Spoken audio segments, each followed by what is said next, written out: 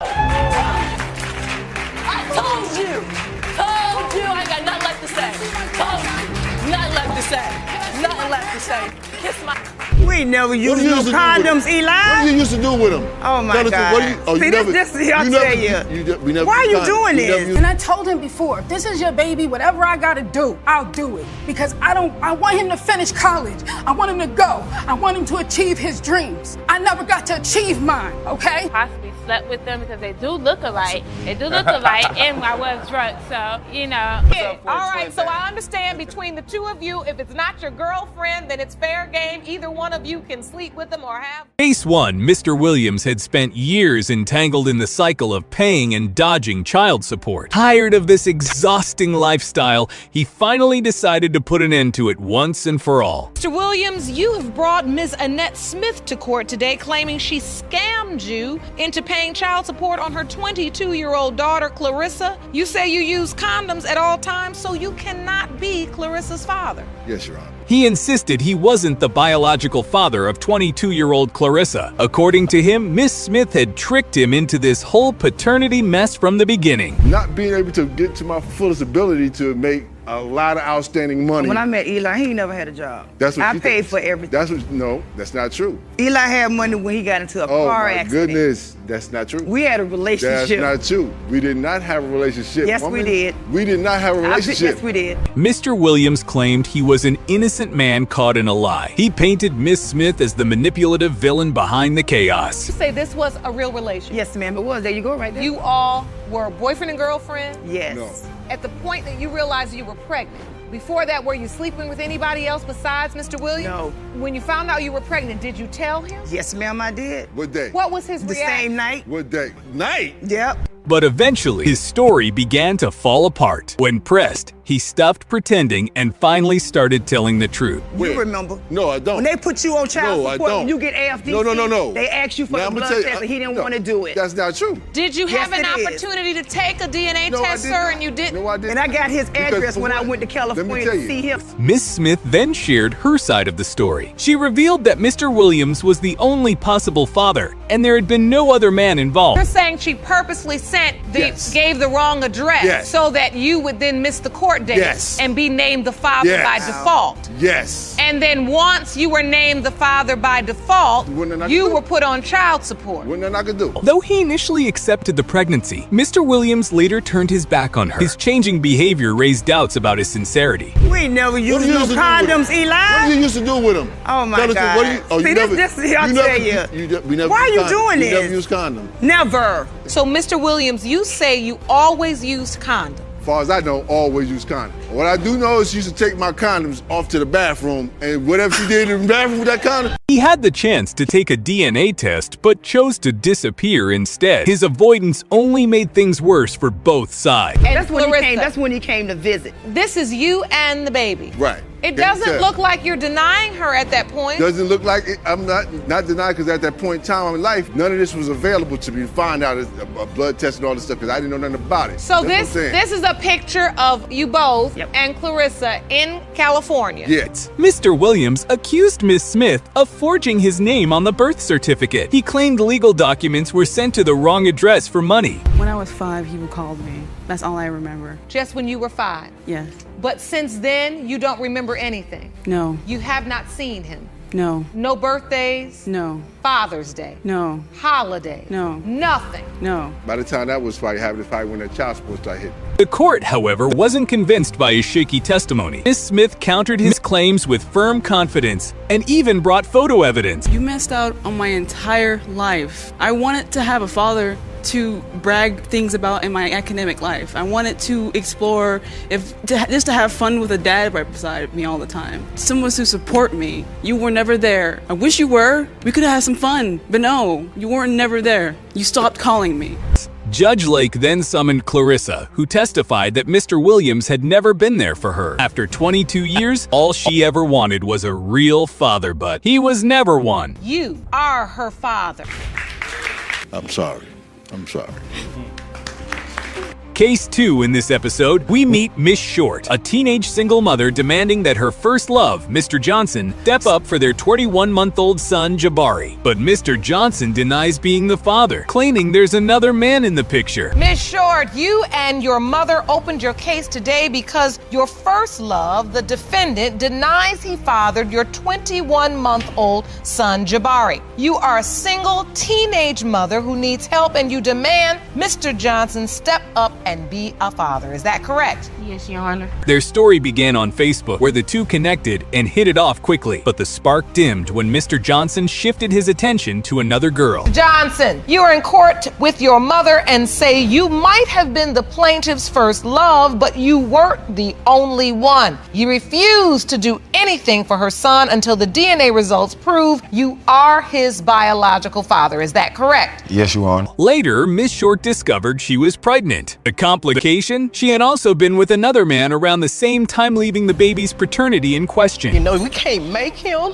but we need to know, because I did stop him from coming over because I didn't want no feelings to get involved, like them to get attached if he wasn't the father, because she did tell them it's a possibility you may not be the father. As things got serious, Miss Short reached out to Mr. Johnson's mom to share the pregnancy news. Surprisingly, the mother showed up at the baby shower, bringing even more drama.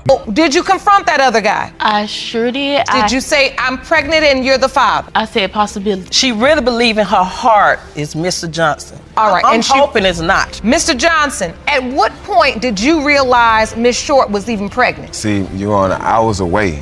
I found out she was pregnant 6 months into her pregnancy. Meanwhile, Miss Short's mom, Sylvia, wasn't pleased either. She confessed she wasn't even present when her daughter gave birth, adding to the emotional tension. Somebody knew about the other guy, and he really does exist, and so they just told him, truthfully, what he needed to know, which was before you go and start stepping up and taking care of this baby, there is a possibility that another man could be the biological father as well. Finally, the moment of truth arrived. Judge Lake opened the DNA results, with everyone anxiously waiting to find out who Jabari's real father is. Emotions ran high as the truth came to light. Mr. Johnson, you are the father.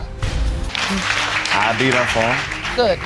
I'm glad you will. This is all I want to know, to get all the other extra stuff out the way. Case 3. Miss Johnson is a strong, determined mother with big dreams for her teenage son. But those dreams are on the line after she received a shocking Facebook message that changed everything. Miss Johnson, you have brought your teenage son to court to get the results of a paternity test to prove that he is not the father of the defendant's son, Hayden. You say you've always had big plans for your son's future, and you're concerned that if this child is his, those dreams may now never come true. Miss Longshore, the defendant, messaged Miss Johnson to apologize for sleeping with her son while she was at work. At first, she thought another man was the father, but now she's blaming Miss Johnson's son. I had a message from Miss Longshore, and she was very apologetic in the letter and understood that I would be angry. And she had informed me that they had sexual relations at my home when I was at work. And then she also obviously indicated that she thought your son was the father. Initially, she thought somebody else was. Okay. The two women had gone to the same high school and were initially just friends. But one night, things took a turn and led to an encounter that now has them standing in court. First, she was telling me like, oh, I'm pregnant, but I don't think you're the father. I had sex with other guys. It shouldn't even be you. And then afterwards, after the baby was born, she was like, oh, don't worry, it don't look like you. You're not the father. So I wasn't even worried. I never said that. I told you plenty of times Kaden looks just like you. Why are you lying in court? No, you Please never stop. said that. Tensions rise as Miss Johnson and Miss Longshore face off. Accusations fly across the room. Miss Johnson firmly denies her son's paternity, while Miss Longshore stands by her claim. And I told him before, if this is your baby, whatever I gotta do, I'll do it. Because I want him to finish college. I want him to go. I want him to achieve his dreams. I never got to achieve mine, okay? And I want that for him. And I was this young lady's age when I had my first kid. So it's not that I don't understand the struggle. Miss Johnson shares her past struggles being homeless, raising siblings, and fighting for survival. She wants her son to have the opportunities she never had and is determined to protect his future. The guy tested. After the baby was born, she was like, oh, you're not the father. It was like just a baby. Now, Miss Johnson, one of your concerns, and I see the passion as you speak directly to me, is you want to break a cycle. Yes, ma'am. Then comes Mr. Lee, the teen at the center of the storm. A rising football player, he insists he was focused on his goals, not relationships, but Miss Longshore claims otherwise, saying he even got tagged in a sonogram post. I moved to Philadelphia where my mom and my aunt was, and I met my oldest son's father, and I got pregnant. But I feel like my child saved my life because I didn't really care about my life until I got pregnant with my first son. And I realized, that God gave me this ability to have a baby. That's so powerful. Miss Johnson confronts her son with tough love, tells him he's not a victim but a survivor, and now it's time for him to take control of his future and face whatever truth may come. With her mother as an addict, like she raised her siblings, she raised all her brothers, and I was raised up with them. So you know your mother's a very strong woman. Yes, I do, Your Honor. I know she'll do whatever it takes just to get us fed. And you also know how much she wanted something different for you. I had the football career planned out. I had the junior college that I was going to go to. And if this child comes, I won't be able to do that. Finally, the courtroom falls silent as the paternity results are revealed. Everyone braces themselves. Will Mr. Lee be the father? Or is another twist about to shake things up? Mr. Lee, it is without question, you are Caden's. I told you! I got nothing left to say. Told you. Nothing left to say. Nothing left to say. Kiss my... Case 4. Meet Brian and Marcus Wiggins, identical twins, in a tricky situation. Both claim they were involved with the defendant, Cesar Williams, and now they need to know who fathered her 3-year-old son, Zen Davis. Only one of the twins. Yes, Your Honor. Now you claim you are confident he's your son's father, and you're asking him to step up when you prove it here today. Yes, Your Honor. Additionally, the court has ordered a full investigation, including a polygraph test to determine the extent of this alleged sexual relationship. Turns out, both brothers say they were with Cesar on the same night. It all happened during a wild hotel party with friends when things unexpectedly escalated. Been drinking all night, so I'm kind of slumped over. I'm passing out at this point. I'm on the couch Sounding like a passing out. recipe for a disaster or a paternity case. Come the next morning, we say our goodbyes or whatever, and me and my brother, we still got a little bit of time left on the room, so we hanging out. Brian was the first to speak, saying he was pretty out of it that night. He even passed out on the couch and woke up the next morning to a shocking revelation. So, Your Honor, when the night kind of winded down and everybody started passing out, Cecily was still turned up, so, I seen in my eyes like, okay, she must be the pop-off of the group. So, one thing led to another. We ended up in the bathroom, and I smashed, took her down, wasn't that hard.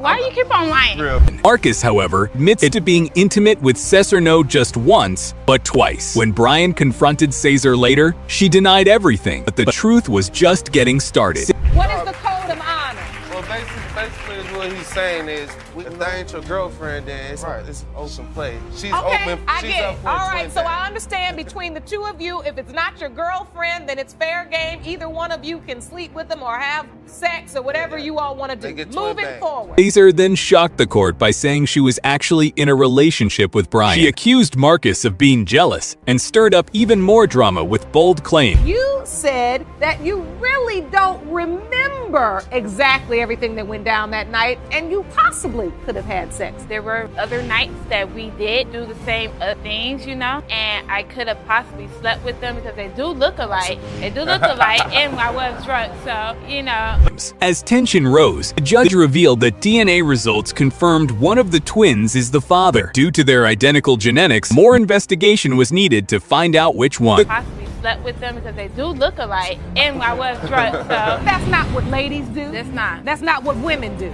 That's what stupid girls do. Finally, it's the moment of truth. Everyone's on edge as the final results are revealed. Will Brian or Marcus be named the father of little Zen? It's time to find out once and for all. This court has determined that Mr. Brian Wiggins is the biological father. Now you seem emotional. I have built, over the past year or two, I have built relationships. Case 5. Get ready, folks. The tea today is hotter than a summer barbecue. In this wild case of 5 versus Henny, we've got paternity doubts, lie detector tests, and a man who thinks head shapes. Mr. Fye, you have petitioned the court for paternity tests on the defendant's 2 children, 2-year-old Nathan and 8-month-old Samuel. Additionally, you have requested a lie detector test for the defendant because you claim her infidelity has not only created paternity doubt, but has destroyed your relationship. Is that correct? Yes, Your Honor. Can reveal fatherhood. Yes, head shapes. Mr. Fye is questioning whether he's the father of not just one, but two children, 2-year-old Nathan and a 10-month-old Samuel. He's also pushing for a polygraph test on Miss Henny due to her history of infidelity shaking their already rocky relationship. And, you know, it kind of hurts me because as they got older, kids don't look like me. They do look exactly like They don't look like me. I mean, Nathan, he's got different futures than what I have. And, you know, little Sammy, he kind of looks more like Nathan too. They both look alike, and, you know, little Sammy's got my full name. Miss Henny, meanwhile, stands firm. She's 100% certain Mr. Fye is the father of both kids. But Mr. Fye isn't buying it his reason. The kids don't share his oval-shaped head and glued ears. Yep, he's basing paternity on head geometry. Has caused you to doubt. Yes, Your Honor. Explain. I was gone away for 45 days, and when I came back, people, even friends, told me that she was messing around with a guy from the neighborhood. We were not messing around. That's not what my friends told me, but when I confronted the gentleman about it, he came, you know, I was on the phone with him, and he told me they did mess around twice. Well, when I confronted her about it, he insists there's no way he could father a child with a square head and ears that dip out. While it sounds ridiculous, Mr. Fye is dead serious and ready for someone to back him up or burst his bubble. Explain to me why you doubt. I have an oval-shaped head, okay, Your Honor? My ears are close to my head. He has a block head. Like, I mean a block head. I mean, his ears have a dip in them. I don't have none of them. I'm sorry, but I have dips in my ears. He has my ears. I don't have big ears like he does. His sticks out more, and he has that block head. I don't have a block head. Mine's more of an oval shape. To make matters worse, his friends claimed Miss Henny got too friendly with a neighbor while Mr. Fye was gone for 45 days. Not just any neighbor, a former friend of his. Miss Henny admits to one mistake, but Mr. Fye believes there were more. And you've seen this other man enough to be able to compare? Yes, he used to be a close friend of mine. Oh. Miss Henny, how did you end up sleeping with your boyfriend's close friend? Our kids hung out. When he went away for that 45 days, we were hanging out with our kids, and it didn't start out that way, but it's just one thing led to another, and Mr. Fye had signed both birth certificates, but now he wants out big time. He's talking about legal removal, not just some white out. And it all comes down to whether the DNA results prove his doubts right or wrong. To name the baby after him to keep that name going on. So, Mr. Fye, you signed the birth certificate, so what's the big deal about your name? You're still the legal father. Today, if I find out the kids ain't mine, I want, you know, Samuel John Fye IV, I want his name taken from him, and Nathan, I want my last name pulled from the birth certificate. Nathan's birth certificate lists him as the father, and Samuel even carries Mr. Fye's name, Samuel John IV. But Mr. Fye never wanted to pass down the name, Miss Henny insisted, and now that decision is under serious scrutiny. And you are not this children's biological father, this relationship is over. Correct. Or if the lie detector proves that Miss Henny is not telling the truth, then it's done between us. Then the relationship is over as well. Correct. Miss Henny, were you in a relationship with this other guy for a while? No, we were not in a relationship. And you still continue only slept with him that one time? Yes. Now, the courtroom holds its breath as the judge prepares to reveal the results. Will Mr. Fee's headship theory prove valid? Will Miss Henny's faith be rewarded? These DNA and lie detector results will either reunite this family or break it for good. Mr. Fye, you are the father. Change what name? Apologize for that. Yeah.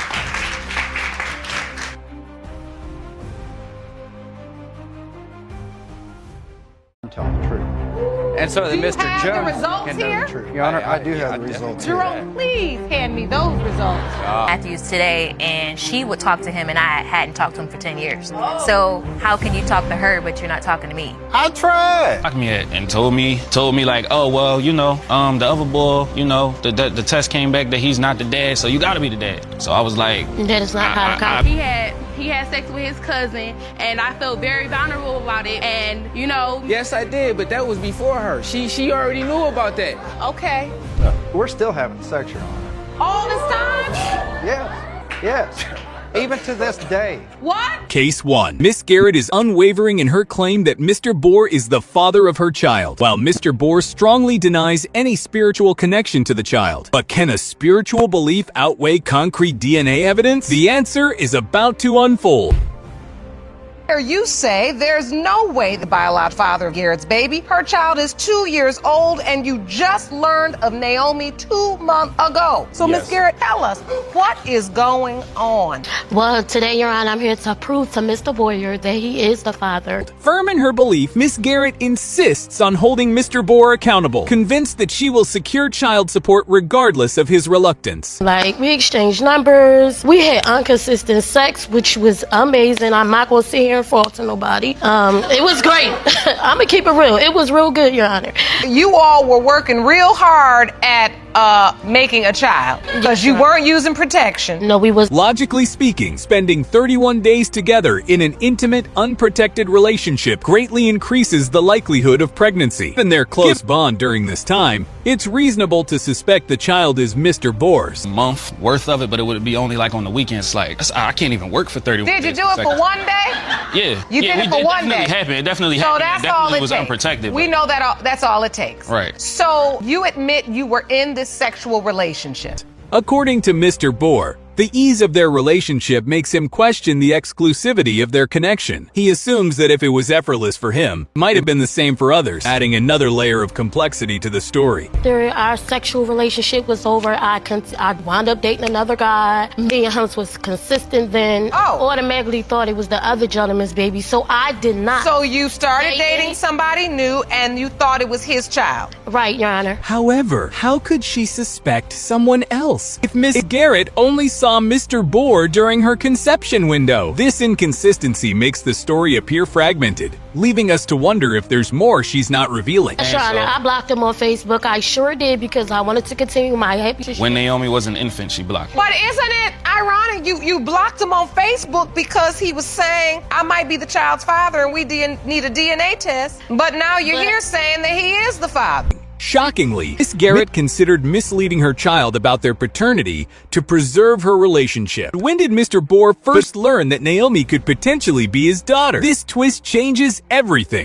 And told me like, oh, well, you know, the other boy, you know, the test came back that he's not the dad, so you gotta be the dad. So I was like, that is not how the conversation I immediately had a went, flashback from Talladega Nights, Michael Clark Duncan part when he was like. The situation grows stranger as Mr. Bohr denies fatherhood based on an absence of spiritual connection, while Miss Garrett initially kept the child's existence from him. Their conflicting narratives only add to the confusion. So the DNA test revealed that the man you were sure was Naomi's biological father was 100%. In fact not. You started to unblock Mr. Boyer because you were like, oh Lord, I done blocked out the real biological father. Yes. So now Ms. Garrett's assumption that Mr. Bohr would unquestioningly accept the child after 2 years seems unrealistic. Any man in his position would naturally demand clarity. But could there be someone else in the picture aside from Mr. Bohr? Was there any other possible biological father? No. Did you tell anybody else, now that I know this gentleman is not the biological father, it could be you? No other man? No. And so you knew it's not this guy, it's Mr. Boyer. DNA tests remain the ultimate arbiter of truth in paternity disputes. These may come from men, women, or even children, but DNA does not falter. The test results are here to settle this once and for all. Mr. Boyer, you are not the father. He's not the father, Ms. Garrett. That's fine, Your Honor. Case 2, Mr. Matthews walks into court to prove he's Kiana's father, motivated by a desire to step up as a responsible dad. However, Miss Shaw insists that another man is the real father, making things far from simple. Matthews, you say you've made mistakes. Tell me about that. When I was younger, I made a lot of mistakes in my life, so I can understand that Miss Thompson would want to act the way she does. When I tried to reach out to her on Facebook, she was kind of angry at me because of my episodes in my life. It's not every day that a man admits to lying in the past and still comes forward to take accountability. Mr. Matthews owns up to his past. The court waits to see if his honesty holds up this time. This lie, what happened? I looked at him, I turned around and I looked at his wife. And did somebody say wife? Yeah, they both were married. So you, and you had a husband? Yes. Yes. Oh, so you came to court with your wife? Correct. Things take a wild turn when it's revealed that both Mr. Matthews and Miss Thompson were married, yet engaged in an affair that may have resulted in a child. Two people, both unfaithful. Creating a situation this tangled is truly shocking. It wasn't like that with me, so I wanted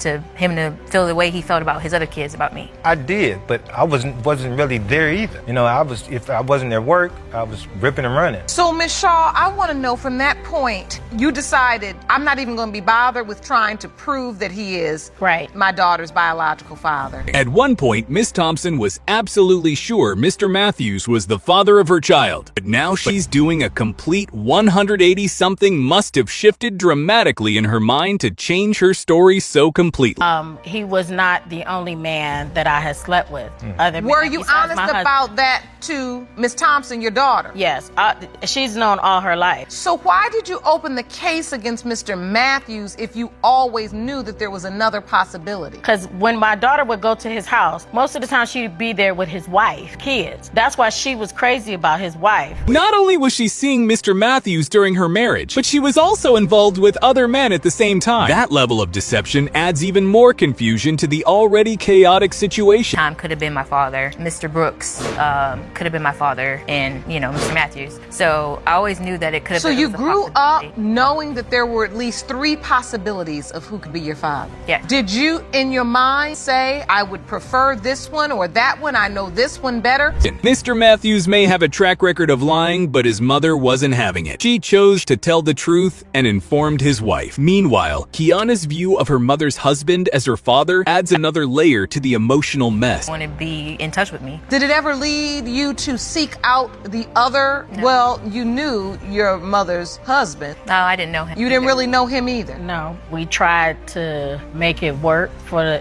the kids' sake because we had 2 sons together. Miss Thompson seems upset when her credibility is questioned. Yet given her own actions, hard to understand her outrage. If you're hiding multiple affairs, suspicion is only natural. So who was at the hospital when she was born? He came up there. Yeah. He came up there. Jody came up there. Wait, who's my Jody? husband? Well, Mr. Brooks. So Mr. Brooks came? Yeah. Mr. Matthews came? And my deceased husband, he came. Oh, it was basically a... The courtroom feels less like a legal setting and more like a dramatic soap opera. There's unresolved tension between the two, and even the child involved seems to sense that this story isn't fully over. A lot of the times I feel like he only wanted to be around me to be around her. Wait a minute. Oh, wait, whoa. Because there's a lot of times where she's like, oh, I talked to Matthews today, and she would talk to him, and I hadn't talked to him for 10 years.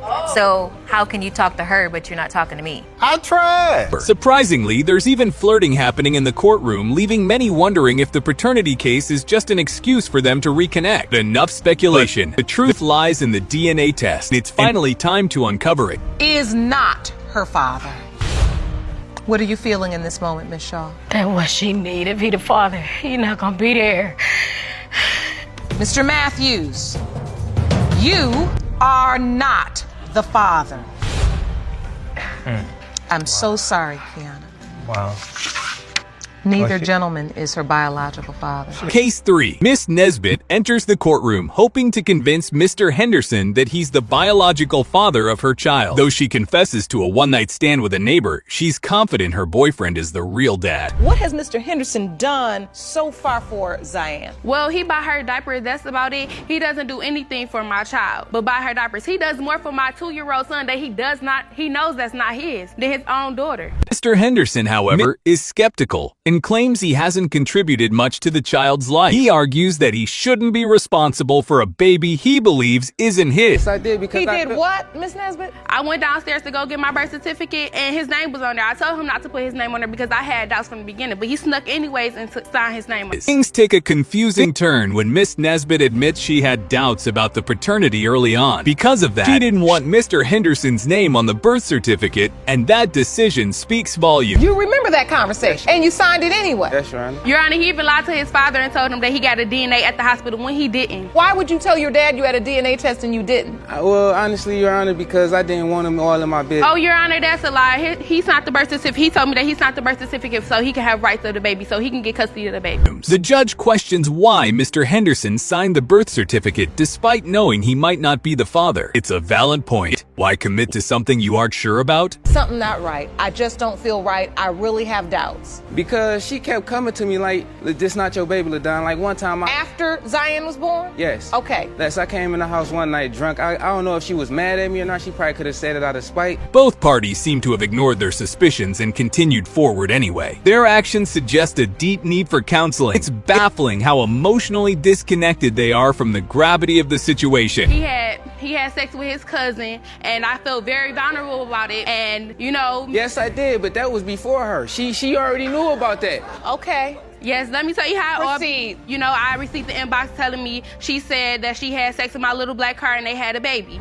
To make matters worse, Miss Nesbitt claims Mr. Henderson had relations with his cousin, resulting in a pregnancy. That's not just inappropriate, it's disturbing and crosses boundaries no one should. Well, me and Mr. Henderson, we got into an argument and it led in my apartment hallway, and Mr. Brown seen, so he came to my door, he comforted me, and it led off to him coming in, giving me a massage, and led off to me, and it led off more than just a massage. Despite knowing about Ms. Nesbitt's fling with the neighbor, Mr. Henderson assumes the baby can't be the neighbor's. That level of denial is why they're sitting in paternity court today. She had moved to my apartment, been a couple doors down. And I used to always flirt with her, to blink an eye at her, you know what I'm saying? Cause she was a cute girl, you know? She was a nice friend, that's about it. Yeah, that's basically about it, you know? But you did have a sexual encounter with her. Yeah, one time. Though they claim to have been intimate only once, their body language tells a different story. Miss Nesbitt's reaction when he entered the room didn't look like something you'd show a one-time fling. What happened when she got pregnant? She had texted me and told me, I got something to tell you. I'm like, tell me. She's like, I'm embarrassed. I'm like, don't be embarrassed, tell me. She was like, I'm pregnant, it could be you or Don baby. So at this point, you've been honest with both men. Yeah. Mr. Henderson tries to present evidence, but it's obvious he wants no real part in this child's life. His interest appears limited to the time he spent with Miss Nesbitt, nothing more. Yeah, the cheeks, nothing. Lips, so nose. You submit to the court that she doesn't look anything like you, in your opinion? Nothing like. One day she had told me she didn't want to take the first. She was always asking like, do you mind taking a test? I'm like, yeah. Then one day she called, text me like, you don't need to take no test because I know it's his baby. Ironically, he already has 4 children. You'd think after that he'd be more careful, but clearly not. Meanwhile, Miss Nesbitt says she delayed a DNA test to avoid hurting him, which only made things worse. I'm like more of 100% sure that it's Don. Nah, she done got my head off thinking it's my, you know what I'm saying? I want her to get this test over with. She got me up here confused, Your Honor. Yeah, she got me confused too. And then when they get into it, you know what I'm saying, she write little things on Facebook, you know what I'm saying? And then when I hit her... Tension rises as Mr. Henderson and another man, Mr. Brown, start exchanging petty remarks in court. Meanwhile, Miss Nesbitt sticks to her version, still believing Mr. Henderson is the father and hoping he'll accept his role. Trying to understand the situation, this is why I'm here, is to help you all each understand the other person's position. What he's saying is there's a level of resentment that he feels as it relates to baby Zion. Am I correct? Yes, Your Honor. Even the judge notices something strange. It seems Mr. Henderson may want to be the father deep down. Now all that's left is to see if science agrees. Let's hear what the DNA results have to say. You are not her father. Mr. Henderson,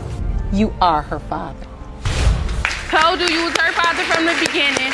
Case 4, Miss Ellis claims she had a short-lived fling with Mr. Koger, but he flat out denies ever being intimate with her. The entire courtroom is left stunned as both sides gear up to tell their versions of the story. Ms. Ellis, you claim you had a brief fling with the defendant 3 years ago. Soon after, you ended up pregnant, and now you hope to prove that he fathered your 3-year-old son, Zamarian. Yes, Your Honor. And Mr. Koger, you argue it would have to be a medical miracle for you to be her child's father. The judge is baffled if no intimacy occurred. How did Miss Ellis end up pregnant? Mr. Koger insists their connection was purely platonic, though he admits they became close as friends early on. You know, laugh it up, stuff like that. So it came to the point where she wanted to come over and stuff like that. So if she would come over, we would hang out. Over the next course of time, you know, we ended up being home alone. There's nothing wrong with her. It was nothing wrong with me. We both was attracted to each other and came about with, hey, you know, might want to go upstairs and, you know. Their accounts of the same night couldn't be more different. While Mr. Koger remembers no physical involvement, Miss Ellis swears they did start getting intimate before stopping due to discomfort. To support his story, Mr. Koger brings in what he calls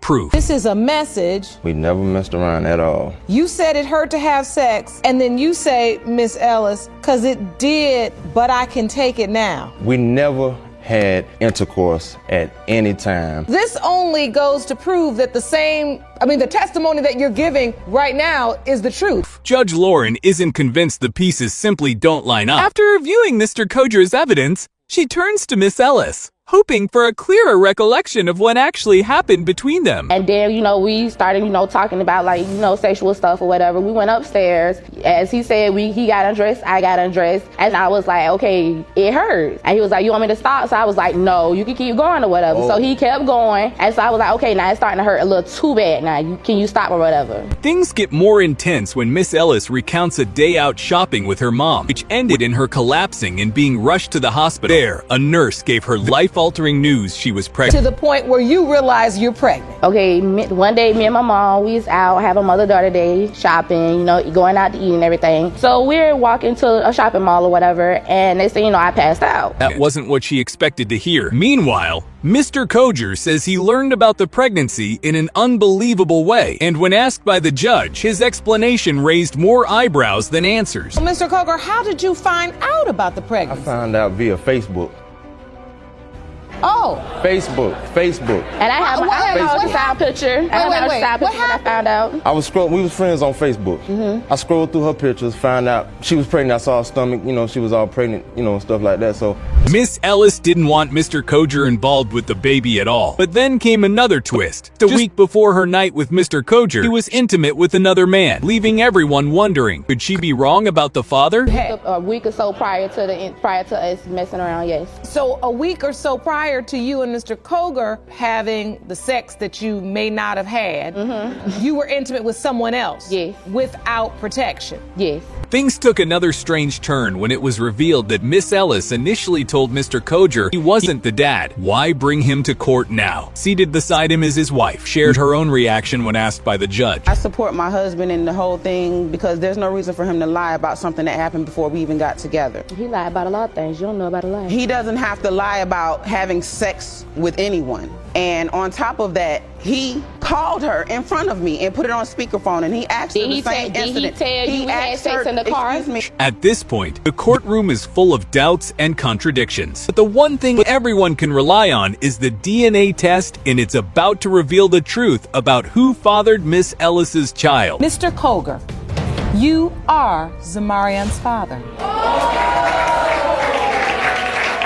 Case 5, Mr. Powell finds himself in paternity court after questioning whether he's truly the father of his son. His ex-wife, Miss Burns, admits she was unfaithful just 3 months into their marriage, but still wishes Mr. Powell were the child's father.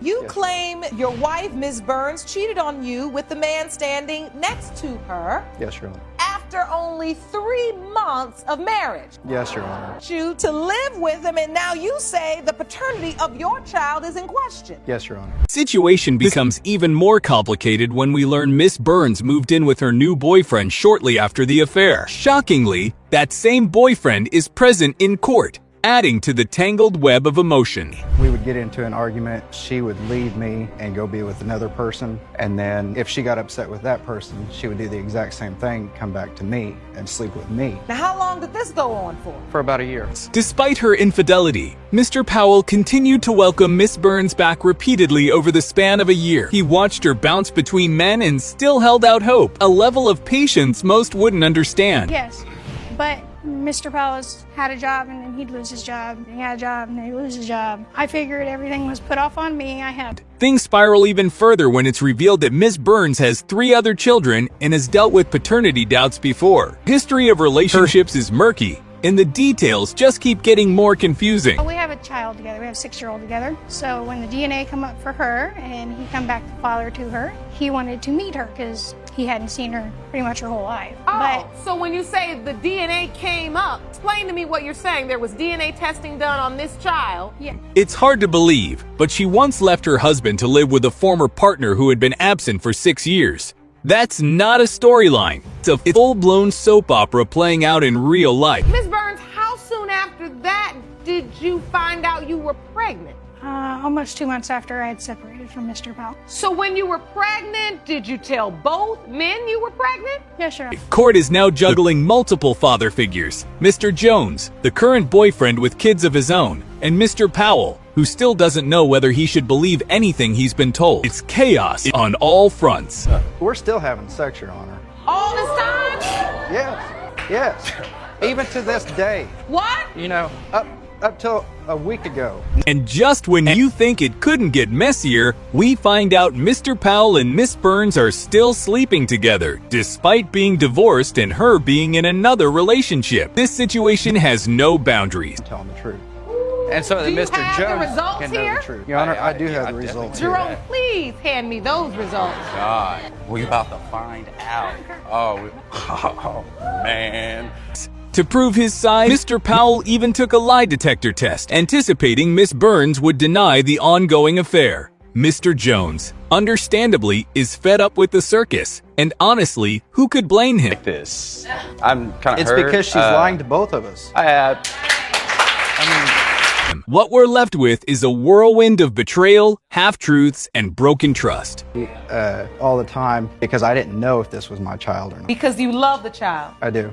And I love the mother of this child. And do you still want to be with her today? Two men caught in the emotional crossfire of a woman whose decisions have hurt everyone involved. But at last, a judge holds the DNA results, and the truth is finally within reach. Mr. Jones, you are his father. Sorry, man. I was rooting for you, bro.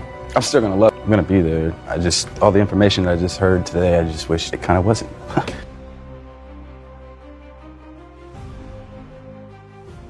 Okay, Your Honor. I'm want to sue her for child support because, you know, my kids are always with me, and she's always at work. You know, she's always working for the hospital. You know, yeah, we said back then that we could do this together as one. I went so much as far as swapping complete schedules. I started doing overnight shift now, just so I can be there for my kids and everything. And she was supposed to be working for mornings, which she was, but she volunteered for more hours. And even when she's not at work, she's just never home.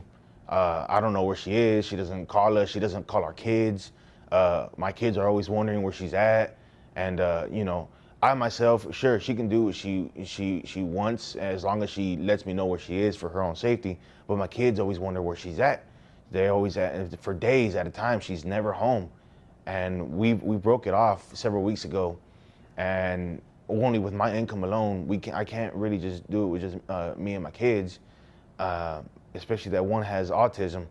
I've always got to take her to the doctor and whatnot. And for these past 3 weeks, I have not seen or heard from her. Father appears to be a genuine individual who is dedicated to the well-being of his children. Following the divorce, he has undoubtedly found himself in a challenging situation. The mother's actions provide insight into how this predicament has developed. Say kids, how many? I have 2.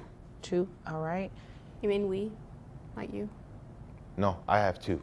Ma'am, I'm addressing him. So he answered appropriately, and you'll have your opportunity to speak, okay? Okay. Okay.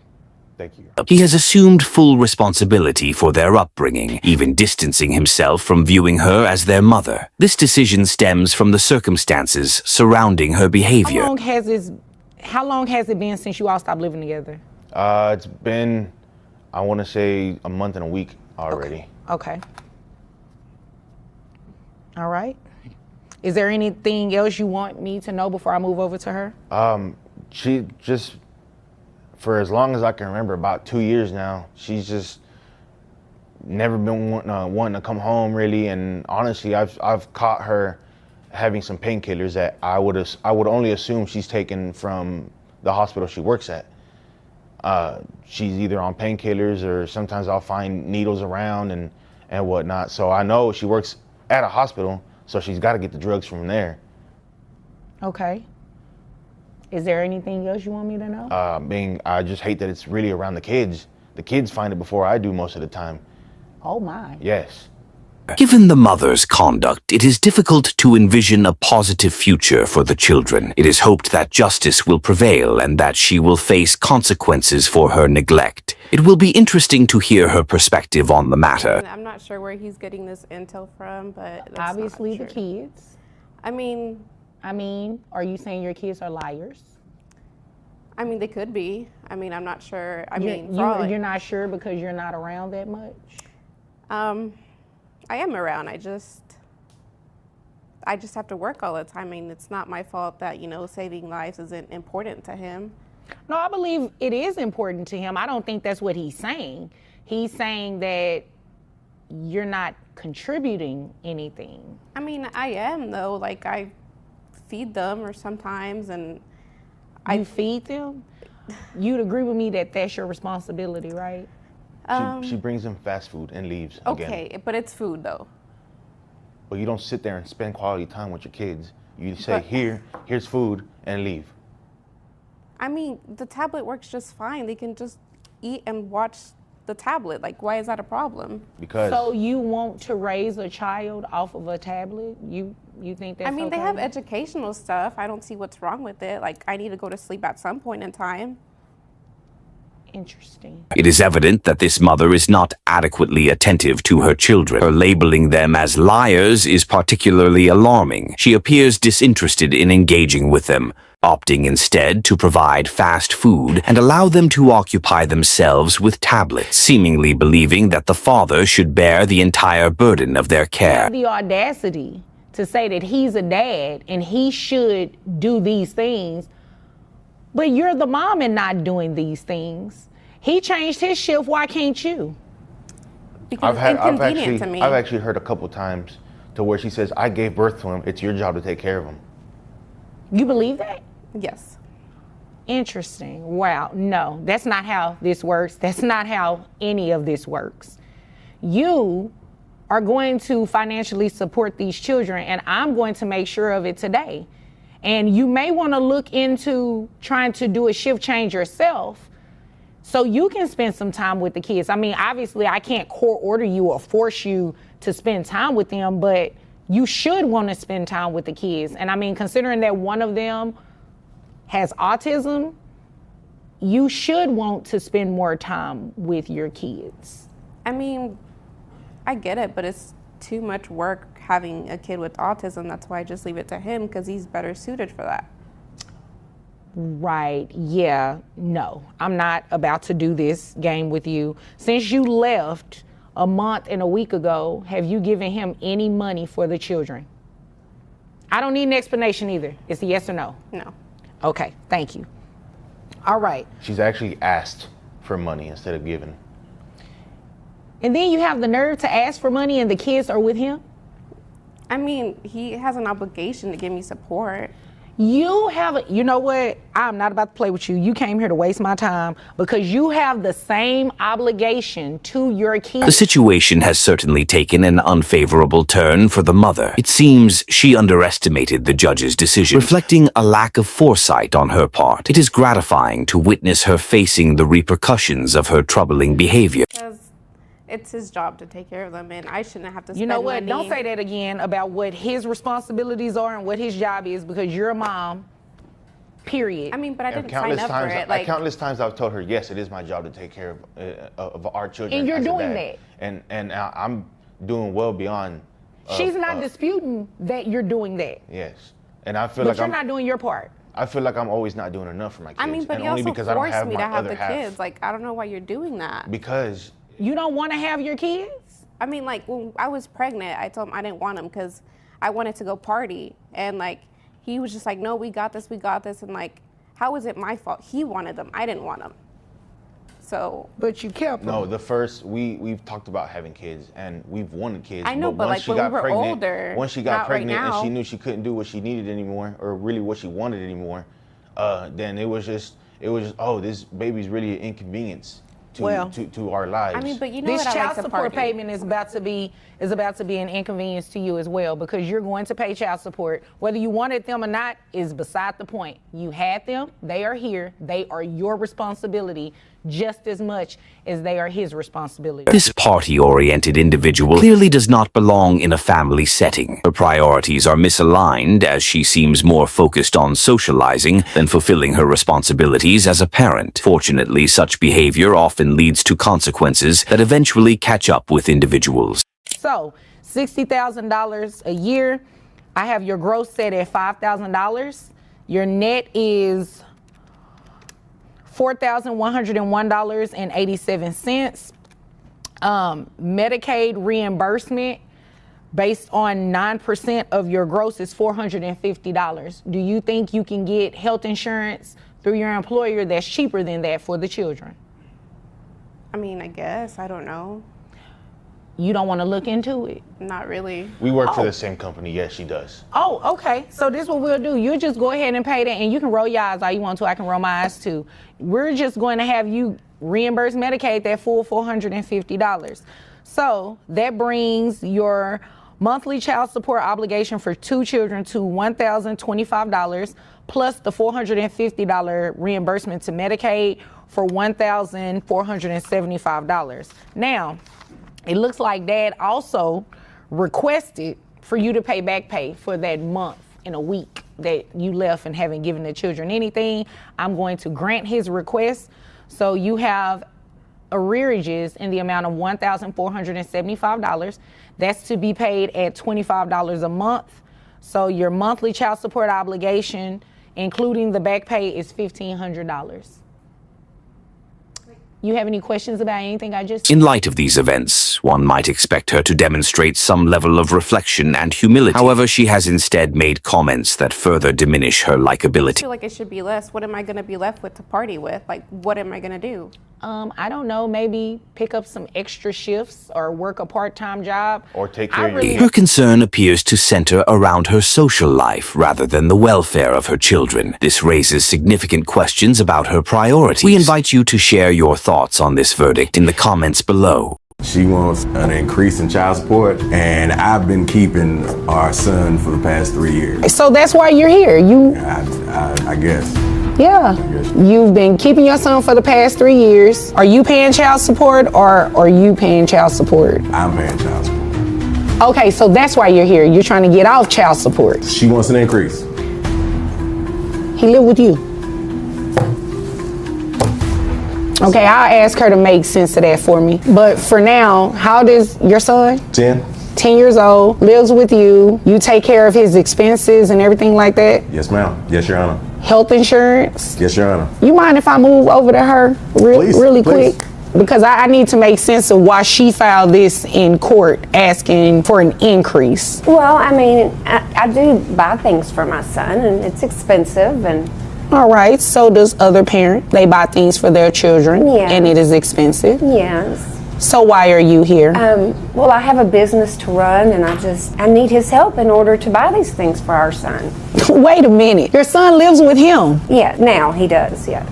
Now, as in 3 years ago? 3 years. That's not now. No, it's not. 3 years he's been living with him. Yes. So you want an increase in child support to do what exactly? It's always about more money, isn't it? She's demanding more from a father who's already carrying the load for their child while she's earning $400,000 a year from her catering business. The system is broken. To help my son, to buy things for my son. Right. You work, right? Yes. Where do you work?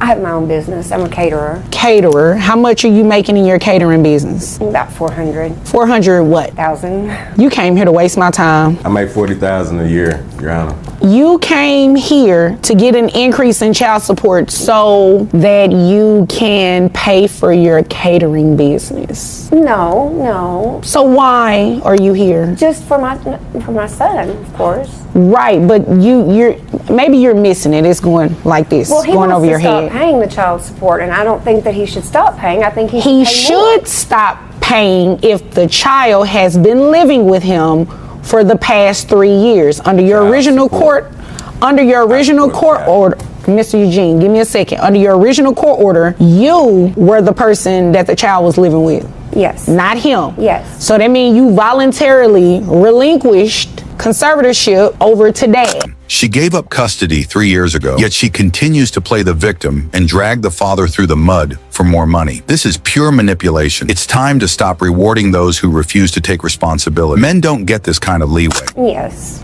Dad should be the person receiving child support from you. From me. That's what I said. That doesn't sound right to you? No, ma'am. Why doesn't that sound right? Because you're the mom. Yes. And I have to buy things for my son, and I can't do it alone. He buys things for your son. Well, I need to do that too. You make $400,000 a year. She's earning $400,000 a year, but still wants more from a father making $440,000. She's not even covering her own expenses. Wake up, America. This isn't about supporting the child. It's about exploiting a system meant to help those in need. Fathers shouldn't be treated this way. I have employees and things to pay. I mean, I don't think that he should stop paying the child support. What do you think he should do? Pay me more. Pay you more? Yes. While your son lives with him? Well, I still see my son. Like maybe once a month, maybe. Oh, I see him more often than that. Maybe. No. Maybe once a month. I see him more often than that. What's more often than that? Well, once a week, maybe.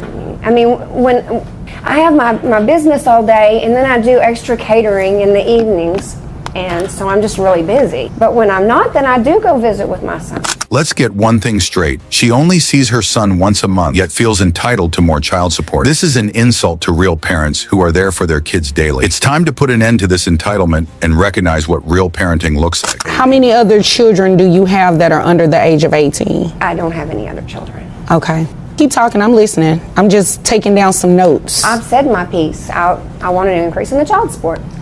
Who pays health insurance? I do. How much is it? $200. Is that for your son only, or that includes you? That's just my son. I think what this started from is she may be a little upset. I'm dating her sister. Why didn't you lead with that? Yeah. I don't know. I probably should have left with that, John. But you probably should have. Yeah, I think it's some resentment going on. You think? Maybe. Could be, I guess. There are plenty of women in the world. You didn't have to go for my sister. I mean, that is kind of outside the scope of why we're here, but she does raise a good point. I mean, you see why she's upset. I'm a music teacher. Like, she plays the clarinet. Oh, okay. Really well. So y'all been hitting notes together? Yeah, exactly. Oh, okay. How long have y'all been hitting notes together? That's the question. That's not to be discussed today, okay? Yeah. Mm-hmm. Okay? Yeah. You brought it up. 400,000, okay? You brought it up. Well, I mean. Well, nobody would be paying child support because we'd still be together if you weren't with my sister. Okay, look. You know what it is, okay? You know what it is. And I think everybody in here knows what it is. Everyone knows what's really going on here. Greed, control, and manipulating the system for personal gain. She has more than enough money to care for her son, but would rather take it from someone else. Where's the accountability? That's all I'm saying. It didn't work out, Your Honor. Yeah, Mr. Eugene, I understand why she a little sour though. Some things just her happen. sister. Things just happen. Y'all just didn't happen. You wasn't there. Mr. Eugene. Excuse me, ma'am. Excuse me, Mr. I do understand her frustration, Mr. Eugene. Y'all just did not, by coincidence, fall on those notes, okay? That's not what happened. I mean. That's not what happened. Music did not lead you two together. That is wrong. It kind of did. It was kind of like fate. I teach music. She plays the clarinet.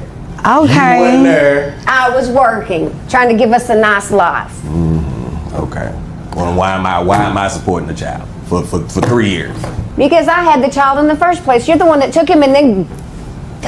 I'm going to go ahead and make my ruling because I see this is a little deeper. Well, a lot deeper than just child support. And it ain't deep, y'all. No, it is deep.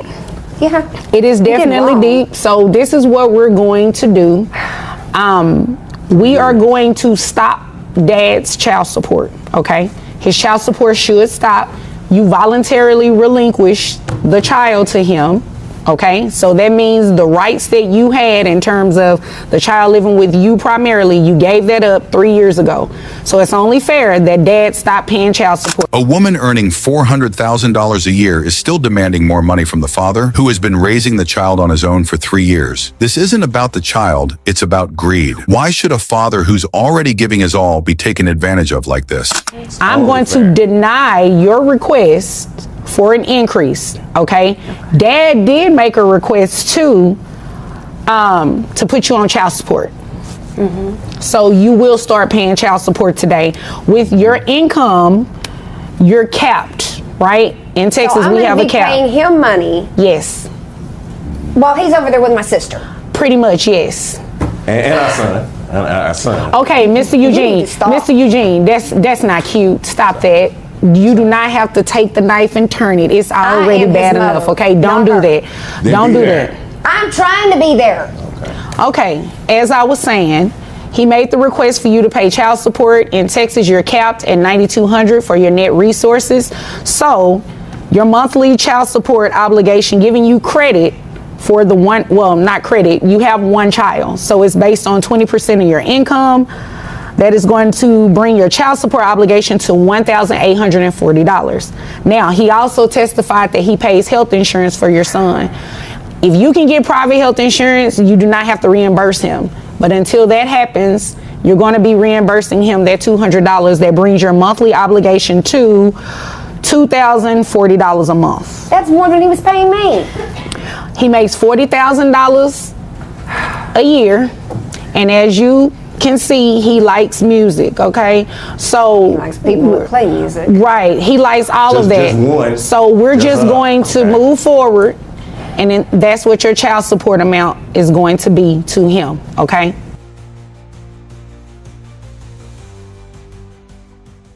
Sister have stepped into court with heavy hearts, insisting they've always believed the man on trial as their biological father. His denial, they say, has left deep emotional scars that stretch all the way back to their early childhood. You and your sister claim you've always known the defendant is your father and say his paternity denial caused pain throughout your childhood. You hope today's results put an end to this 29-year mystery. Is that correct? Yes, Your Honor. Yes. As Judge Lauren observes their expressions, it's obvious the sisters have endured emotional turmoil. Living a life where their father refused to acknowledge them must have taken a serious toll. It's a heartbreaking start to the trial. And I just want to know so I can move forward and put this behind me.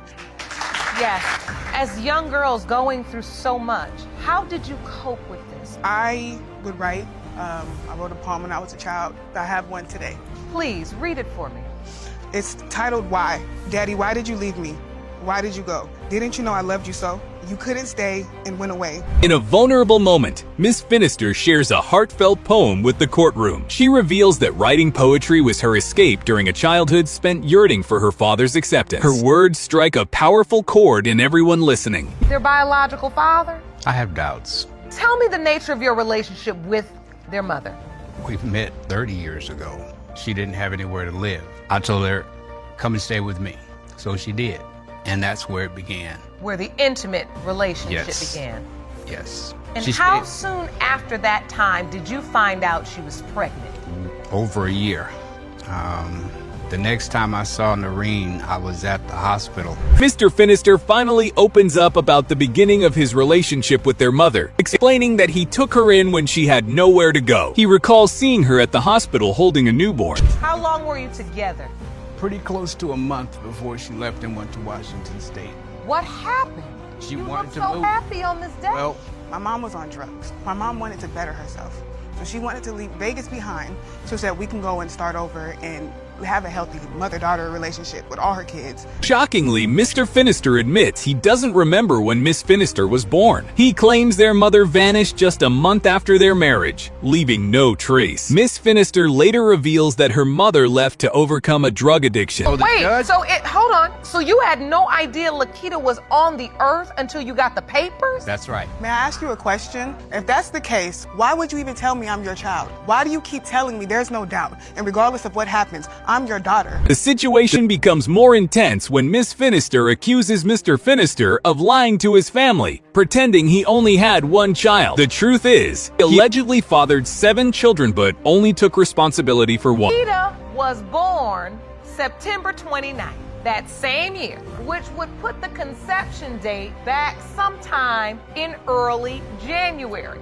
That is 2 to 3 months before you say you even reconnected with me. Mr. Finister tries to defend himself by producing a timeline that he believes disproves any connection to Miss Finister. The facts seem questionable, and some suspect he might be using this as a way to dodge responsibility. It's a lot because to us, we don't get any of this. We don't hear this. It's everyone else that he tells this stuff to, and that's what's so painful. Because at least be honest with me. Let me know. I should be the first person to hear. Tensions rise when their brother shares a written statement. statement, revealing that Mr. Finister once demanded a DNA test from their mother after receiving legal documents. It shows he was never fully convinced of his paternity and feared being trapped. My mom raised me, so of course I'm gonna more than likely have that attitude because me and her were like best friends. So our disconnect is my attitude. He feels like I can't be his child because his child wouldn't act the way that I act. But you didn't raise me. She makes it clear she owes him nothing after a lifetime of rejection. The courtroom falls silent as she imagines how different things might have been if her mother were still alive to defend her truth. Now, she's always been sure, and I've always had a question because there's been that disconnect. And regardless of what we go through, regardless of how much I give, he refuses to build that connect with me. So I always told Tiffany, I'm like, well, I don't think he's my dad. As the trial nears its conclusion, the sisters reflect on how their mother's love was the only source of comfort they had. Once she passed, they were left alone, unacknowledged, and unwanted. Mr. Finister, you are the father.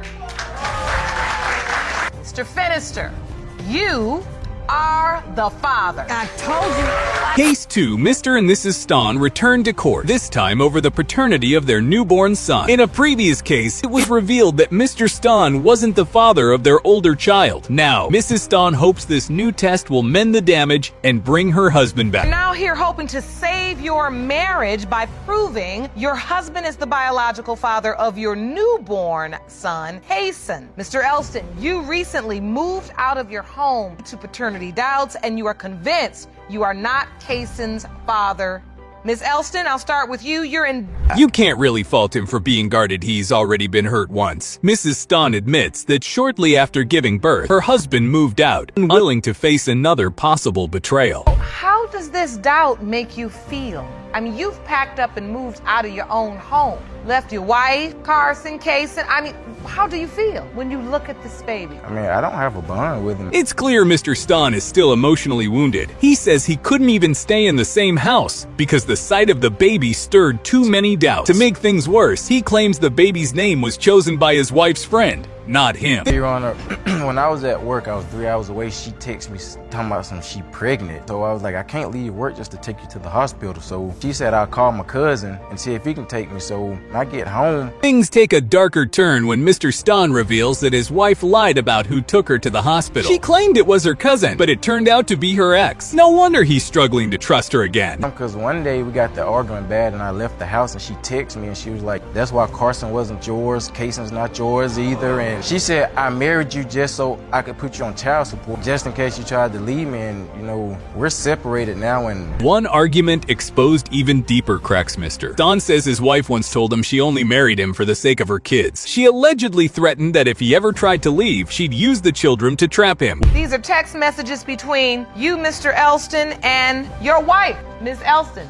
You write, "Why do you say that, Carly?" She responds, "He's not even your baby, just like Carson wasn't."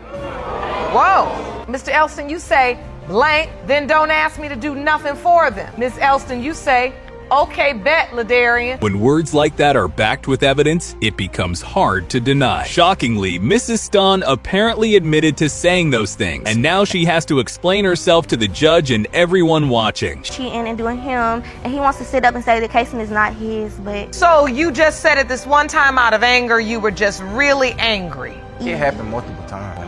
This is not... I said it like 3 times in my pregnancy, yes. Well, Mr. Elston, you submitted another text message. She claims those comments were made out of anger, mostly during pregnancy. But the judge looks unconvinced after all. These weren't isolated incidents. Her emotional outbursts have clearly pushed her husband further away. My friend came to the house one weekend. It's a female. And she pulled me downstairs when Carly was asleep and told me that Carly had vented to her that she's been cheating. She's been, going to see other people. And Your Honor, this is the same friend that he's sleeping with. So no, she wants to break us up. And just when you think it can't get more complicated, Mr. Stahn drops another bomb. He heard from a mutual friend that his wife had been seeing other men, to which she responded that this very friend was actually sleeping with him. I just want to break up our relationship. He does do for me in my stop line. I don't want anything to do with you guys. Stop lying. So wait, answer my question. You was just stuck. Answer my question. I asked, what do you know about this? What did she tell you? Basically saying that Kaysen was not Ladarian's. The drama reaches its peak as we wait to hear from this so-called friend. But the time has come. Paternity results are in, and the court is ready to reveal whether Mrs. Stahn has once again broken her husband's trust. Let's finally bring closure to this chaotic case. Mr. Elston, you are the father. Case 3. Mr. Allen claims Miss Diaz has been relentlessly trying to force paternity on him for over a year now. He insists there's no chance he fathered her child, Jordan, and he's had enough of the accusations. Say Miss Diaz has been desperately trying to pin her son on you for the last year and a half, and you want it to stop. You say that barring the invention of a teleportation machine, it would have been impossible for his own son. To support his argument, Mr. Allen sarcastically says he'd need a teleportation machine to have been the father. He claims he wasn't even in the same state as Miss Diaz when the child was conceived. He wasn't in the same state, Miss Diaz. That's a lie. We had Easter together at my house. That's a lie. And you believe that's the window of time when you conceived? Yeah, that's what the doctor said. A week before or a week after Easter, and Easter's in April. He testifies that during the time in question, he was in Tennessee with another woman. Miss Diaz, he says, invited him to celebrate Easter with her family. But he turned her down, so he believes the timeline doesn't match. We ended up talking and we ended up hitting it off, and she moved in with me not too soon after talking and being together. We were good for the first maybe 3-4 months of our relationship, and then after that it was always fighting and bickering. It was a whole lot of back and forth. So a lot of back and forth, a lot of on and off. Yes, ma'am. We moved to Tennessee, and that's whenever it got worse. It wasn't really a good relationship. So at some point you break up. When the breakup happened? Miss Diaz, however, isn't backing down. She says that when she told him she was pregnant, he denied everything without hesitation. She also mentions their relationship was toxic from the start, filled with constant drama. And she goes, well, you're the father. And I was like, no, I'm not, what makes me the father? Prove it. And so she started sending me... So wait, this was during a time when you were broken up. Right. You were living in another state again. Yes, ma'am. You felt so far removed from this relationship, you responded to her, congrats to you. Right. So, Miss Diaz, during this time, were you dating anybody else? Not really. I mean, it was... In a twist, Miss Diaz admits Mr. Allen wasn't her only partner during that period. She describes it as a casual encounter, but as Judge Lauren reminded them, sometimes once is all it takes to create life. She was sleeping with 2 other guys at the time, Your Honor. How did you find that out? Right, my friends don't talk to you. Multiple best friends of hers told me that she was with at least 2 guys, and that's 2 that I know of. And she texted me actually herself about this one guy she was hooking up with. And, What did she say? She would say, well, I'm with another guy now, you don't have to keep texting me and making sure that I'm okay. And, so from that point on, I was... Things escalate when Mr. Allen says several of Miss Diaz's own friends told him she was involved with multiple men. He even claimed she once told him to stop checking on her because she was seeing someone else. You told her, prove that I'm the father. Right, and she would send me pictures of the ultrasound, and she would send me pictures of the doctor's appointments and all that, and update me on it. And I would say the dates of conception, that did not add up to whenever me and Miss Diaz were last together, like together. There was this one point where, I actually called her. But there's a contradiction despite all that. Mr. Allen kept reaching out. If he truly wanted nothing to do with her, why continue calling and texting? It paints a different picture than the one he's trying to sell. Yet it took her 4 months to text me and say that I was absolutely the father. So if she knew I was the father, why would she wait that long? Let's ask her. Let's ask her. Because that's a lie. I found out 4 months pregnant, and I have the pictures to prove it. Trying to explain, Mr. Allen tells the court he thinks Miss Diaz waited to see if another man would accept the baby before coming to him. She counters that she didn't know she was pregnant for a while, and that's why the news came late. State your name for the court. Austin Griffin, Matthew Allen's cousin. All right, you are Mr. Allen's cousin. All right, so what do you know about this situation? I know that Matthew was with me during the time of conception because, like he said, we were dating 2 other females. They invited us to have Easter dinner with their family. Then Mr. Allen's cousin enters the courtroom and provides his side, he says. Mr. Allen couldn't have fathered the child because he was having Easter dinner with their family that day. Finally, some support for his version of events. A lot of stuff, hamburgers, hot dogs. That ain't Easter dinner. It's what we ate. Miss Diaz, Mr. Allen brought a witness to say he was with him and he wasn't in the state during Easter. Are you sure you got the date plates, right? Yes, ma'am. What did you eat for Easter dinner? Potato salad. With both parties telling conflicting stories and no one budging, it's impossible to determine the truth based on words alone. Thankfully, the DNA results are in hand. They're about to reveal who's telling the truth once and for all. Alan, you are the father. You are the father. That is your handsome little boy. He definitely got more of your cousin's genes.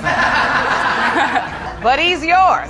I'm just kidding. Congratulations. Case 4, the courtroom is electric, as a long-held secret is moments from exploding. Judge drops a bomb mom's been hiding the truth for nearly 3 decades. And now her son's stepping in, ready to demand answers. More.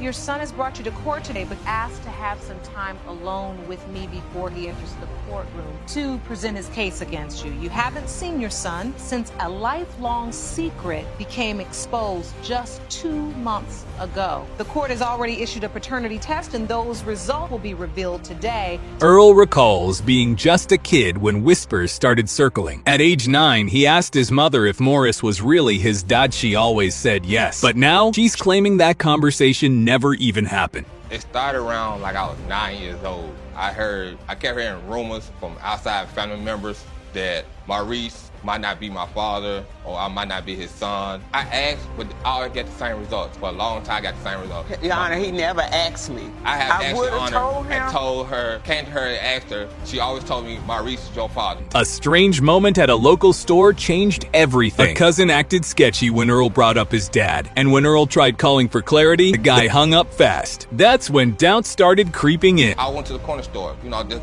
something to eat. I see another family member of mine. He asked me how my father was. I told him he's doing fine. You want to talk to him? He said yes. So I went in my pocket, brought my phone out, called him right there on the spot. As soon as he got on the phone, he said, oh, my bad, I got the wrong number. So he gave me back the phone. So I stood back. We had a little awkward moment, like... Mom explains Morris was the man who raised Earl and loved him like a true father. She says she didn't want to disturb the family dynamic by exposing the past. But now, the truth won't stay buried any longer. He came into town. I didn't even know my son was coming into town. He came out with it. I told him, I don't know. Had he asked me at 9, he graduated, yes, I still would have told him, but I would have still said, don't tell your grandmother. I went to Maurice. I asked Maurice, don't you think it's about time we let Earl know? No, leave it alone. I'm here now. I'm going to be here. He's my son. It turns out Mom was involved with 2 men around the same time, just days apart. As Earl got older and his appearance began to differ from Maurice's, even she began to question what she believed. There may be another man involved, yes. And how do you have this doubt? In a very short time frame, like maybe 24 to 48 hours. Okay. And then it became more doubtful as Earl started growing, and I noticed the difference. So this has been a painful secret for you to just hold in your whole life. You've known this. Earl is devastated. To him, Morris was a role model, a superhero in his eyes. But now, learning that no one told him the full story, he feels betrayed and heartbroken. You feel like you deserve the truth. Why would I have to wait this long? Why would I have to wait this long? Who would have came, whoever would have came to me about it, whether it's her or Maurice, why would y'all come to me? The reason why it's coming out now is that I can't live this life no more. It was happened to me. My mom was caught between 2 men. Partner, Cynthia, doesn't hold Bakshi's furious. She says Earl's mood has changed. It's affecting their kids. She calls out his mom for keeping secrets that rocked their lives. We have a son and daughter together. Ever since he been going through this thing with his mother months ago when he found out, he's been distant with her. He's been distant with me. He's been distant with our children. The lie that she's been holding for almost 30 years, true enough, I can understand where Miss Jackie is coming from, but at the end of the day, you have to live with the decisions that you make. With emotions overflowing, Mom asks for a hug, breaking down in tears. Earl embraces her, and the courtroom turns still. As they cry together, the crowd bursts into applause, like the closing scene of a powerful drama. She is a good person for my son. She's good. She's a good mother. Maybe you needed to get that out, and maybe this court was just the place where you need to lay it on the table. With all of that said, can I hug my son? Of course you may hug your son, and then we can have the results. Man who has raised you for the past 29 years is not your biological father. Case 5. The courtroom opened with total mayhem as Monica arrived with one mission: find out who her father really is. Out of 13 possible men, 2 had already taken DNA tests. It felt more like a twisted reality show than a legal case. Ms. Madrigal to court today because you claim she has no idea who your biological father is. You say your mother gave you a list of 13 possible men, and you are hoping to determine who your father is today. According to Monica, her mother kept dropping names like she was spinning a roulette wheel. Every time she thought the list was over, another strange name came up. At one point, her mom even joked, "Just pick a man from Seattle." The list came from my mom telling me over approximately a year, maybe a little longer. She would always just say, you know, here's a name, here's a name. I think to her it seemed like it was a joke. You couldn't narrow it down from 13? You know, the 13 that she's named it's like 13 ghosts.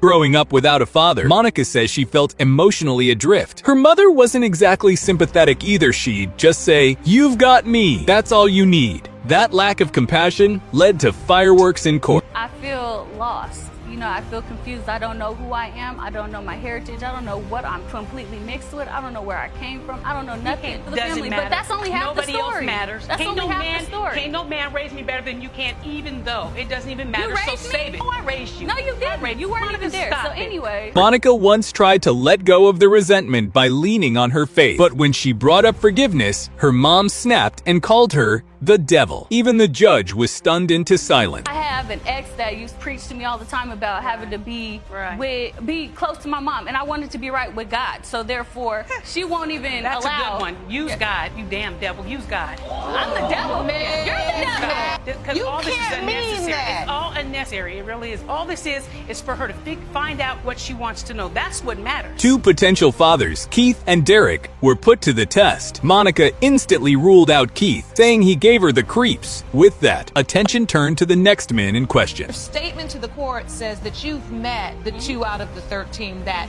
the court has administered tests to, Mr. Keith McCraney and Mr. Derek Smith. It's the evil smile and a happy smile. An evil smile and a happy smile. Well, who's the evil smile? Keith. So I take it we don't care for him. I don't like him. I hate him with a passion.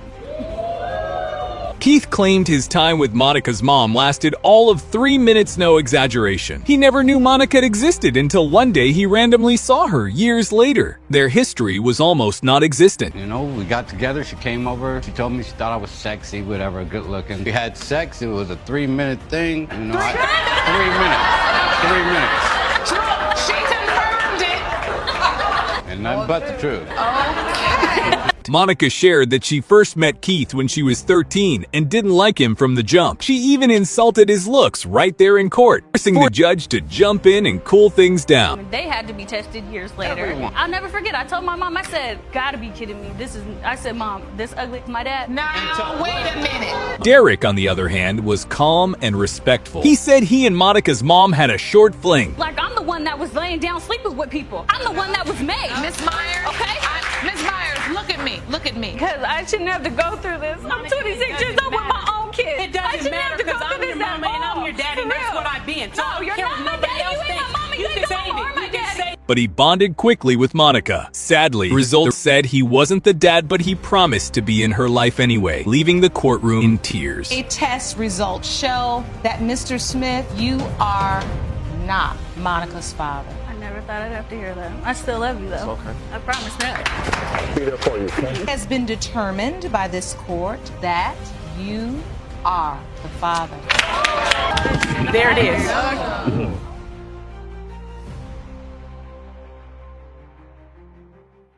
Oh, Lord. Jerome, get her.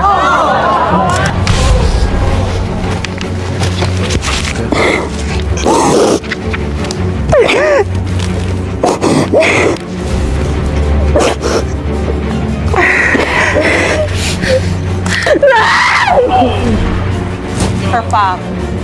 No. Please, I'm begging you. Just talk to me. I'm not sure, Precious. I'm not sure. Just talk to me. I'm not sure. What is this? It's just an on and off again relationship, but it's more off than on. It's off and then when- everything no, is it's a off. break. This is not college. You all are producing children.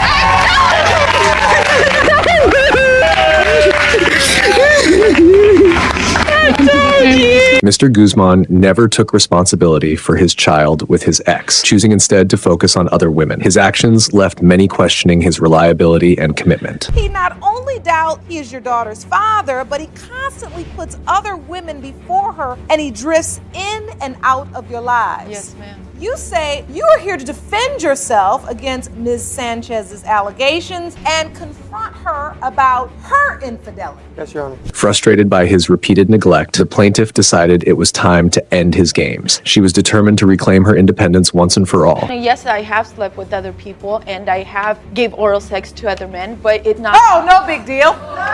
We weren't in a steady relationship, Your Honor. You're saying that you had sexual extracurricular activities, we'll call them. No, he was sleeping with other people himself. He was in and out as he pleases. She demanded $544, half of their child's expenses, to sever ties with him permanently. Her demand was clear and uncompromising. We're taking care of business and not walking out on me with when other I asked females. her about it it, would Your be Honor, your clothes. she sat there Don't and she worry told what's me in it my isn't- house. it I isn't pay my mine. rent and my It isn't. bills. Were you faithful during this time? No. Yes, Your Honor, I was. If men can have kids, I he would believe- have I like believe 20 I would. of She them. doesn't wanna He sit there sleeps and say around because- left and right, and he lets everybody know about it because he tells all these girls he loves them and such. However, before any resolution could be reached, a DNA test was required to settle the matter definitively. This test was seen as the final piece of evidence needed. What I do is She none was of in your there for a good business. 30, 45 What minutes. I do is you know, none of there's your business. nobody else in the If room. your It's brother just was her. taking and care then- of Wait. I wouldn't Hold have on. What is this? Is this an on and off again relationship, but it's more off than on? It's off and then when- no, everything it's is a off. break. This is not college. You all are producing children potentially, When- and you no, all keep but talking when about you you on break. Needed. When the judge inquired about Miss Sanchez's plans for the day, the defendant claimed she was using the baby to keep him tethered to her life. His response revealed a deep-seated arrogance. Come and be Mr. Family Man, it's okay. And the next day, I'm not your daddy. He's turned to my daughter and told her, tell your mommy to find your real daddy, because I ain't your daddy. Mr. Guzman, is that true? I never told her in front of her face. She needs to find the real father for her. In reaction, the plaintiff quickly expressed her disgust, asserting that his character was questionable at best. The tension in the courtroom grew as accusations were exchanged. Came last minute, and when he got there, he had the nerve to ask me if his little girlfriend can come into my labor room and see the babe. And at that time, I already knew they were sleeping No, together because it Your was Honor. posted on MySpace, No. Facebook, and all this other Nobody stuff. was sleeping with anybody. Yes, it was a you friend. were. It was a mutual friend of ours. I've been in the hospital. It's not a time for extra guests. It ain't no guest list. Mr. Guzman then recounted instances of her reckless behavior, mentioning events like skinny dipping with friends and spending nights with other men. He even cited finding another man's clothes during one of their breaks. When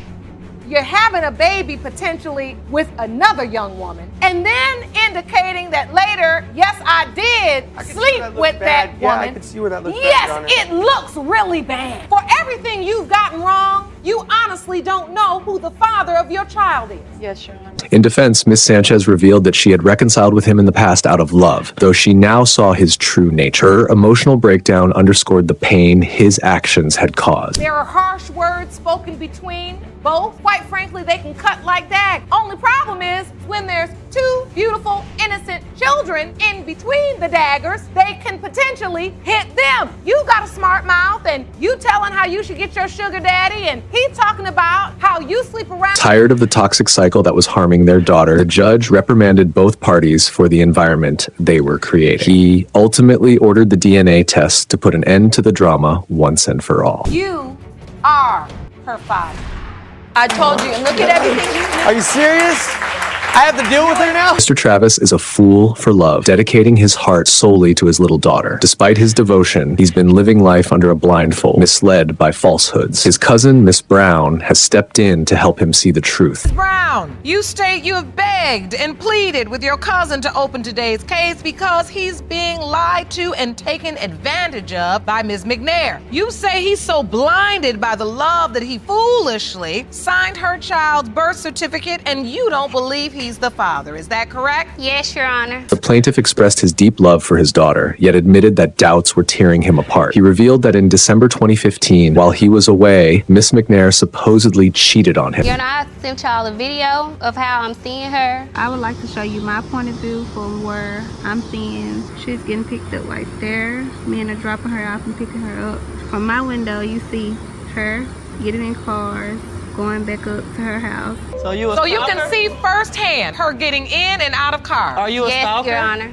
Demanding proof, the baby mama pressed for evidence, and his cousin, Miss Tiara, produced a compelling video. This video served as solid proof, further fueling the controversy. So a friend girl instead of a friend guy she needed to have. Friend guy just means a guy She friend. has too many friend guys to me. What do you have, baby? Mind your business. So you say she has a lot of guy friends? Yes, Your Honor. And you see them coming in and out? Yes. The judge then questioned Miss McNair about the accusation, but she denied any involvement with another man. The plaintiff countered by stating that she had informed Mr. Travis of the defendant's guy friend who dropped baby mama off at her house at midnight. My cousin, he went away in December. We found out in February, early March. Mariah is born in October. Might as well be a year. Which means the window of business, baby. You need to find you something to do and talk about besides me and my relationship, honey. You've been pregnant a year though, almost a year. It just don't add up. It's not. This revelation ignited a heated argument between them. The defendant maintained that their relationship was committed, claiming she never cheated and only had friendly, platonic relationships with her male friends. Did you sign the birth certificate? Yes, Your Honor, I did. Because he's stupid. Just mind your business, baby. You are very protective over your cousin because you feel like he's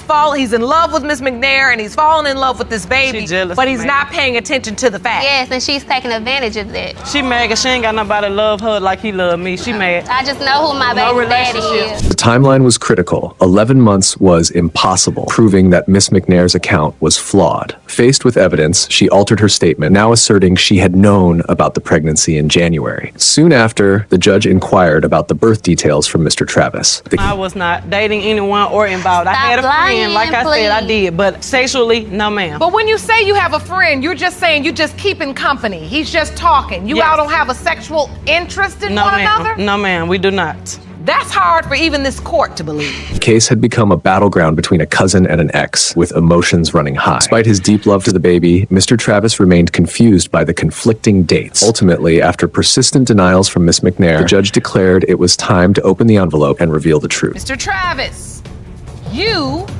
are not the father. I know that is not what you wanted to hear. So all this test of lying you've been doing got us here. Soon as I got my hand on that envelope, oh Lord, Jerome, get her. Don't forget to watch the upcoming episodes. They're going to blow your mind.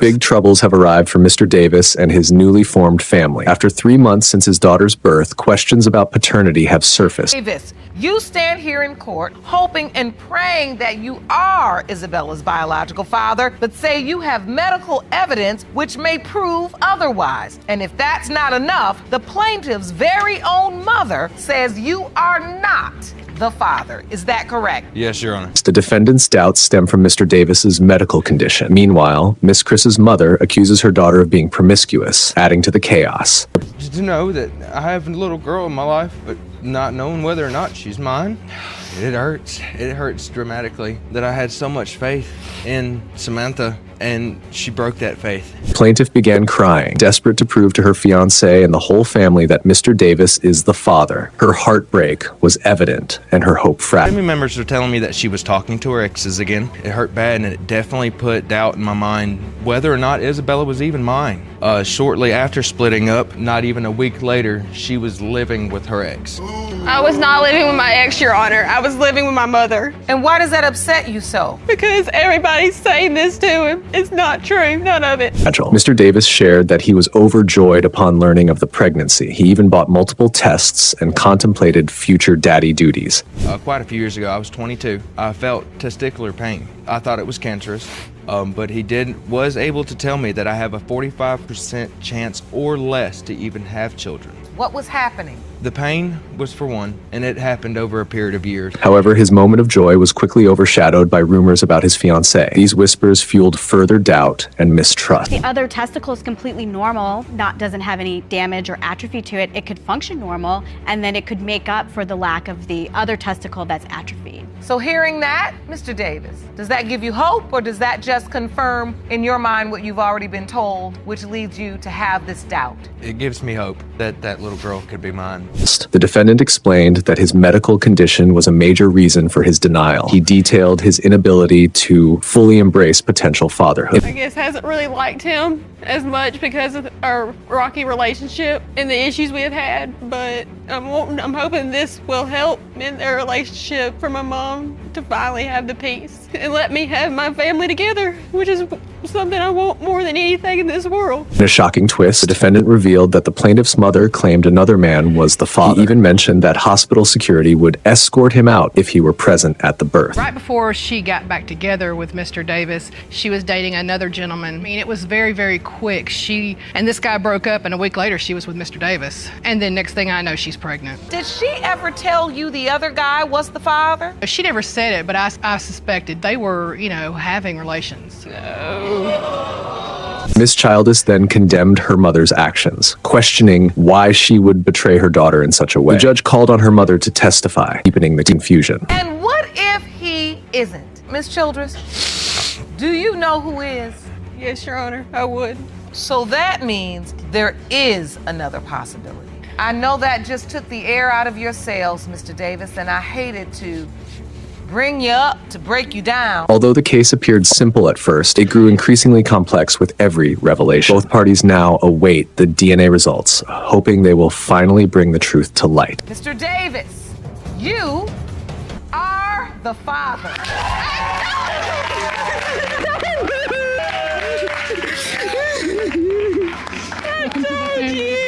Mr. Mitchell fell for his best friend, and their young love brought forth little London. Yet a potential other father now casts a dark shadow over their fairy tale. I loved how she did stuff. I liked how she cared for me whenever I didn't have anybody that cared for me. And she said you had a very tough childhood. Is that true, honey? Yes, ma'am. I was abused. Had to do everything for my family. I raised my 3 sisters and my brother basically by myself. I understand. So when you moved in with Miss Lohman, it was like finding a family, a real family. Yes, Your Honor. In court, Miss Lemon testified about how special the defendant was to her. They had been engaged since high school, and Mr. Mitchell escaped a troubled home to join her family. Your relationship started while he was living with you and your family? Yes, ma'am. We were sitting on the couch one day just talking, and he kissed me. And I told him, I have a boyfriend, we can't do this. And he just kind of shrugged it off and said, okay. About a week after that, we were in the pool, and we were swimming under the water, and he kissed me under the water, and I came up, and I didn't stop it. We ended up having sex. The baby mama found herself entangled in a messy situation. Surprisingly, the ex remained unaware of Mr. Mitchell's potential paternity, kept in the dark by the plaintiff. When you found out you were pregnant, your ex believed it was his. Yes, Your Honor, because at the time I also thought it was his. Why did you think it was his if you knew you were also having sex with Mr. Mitchell? At the time I was with him, so I wanted to make myself believe that it was my ex. So you admittedly just lied to yourself and blocked out the Mr. Mitchell possibility? Yes, Your Honor. The judge quickly moved the focus to the pregnancy details. Mommy's first choice had been her ex. She pushed him aside to verify if Mr. Mitchell was the father. Conceived somewhere between October 12th and October 22nd. And I got to looking back at the dates, and I had sex with Mr. Mitchell more times than I had sex with my ex. You do understand that it is not a numbers game. You could have sex with someone 20 times and have sex with someone else 1 time,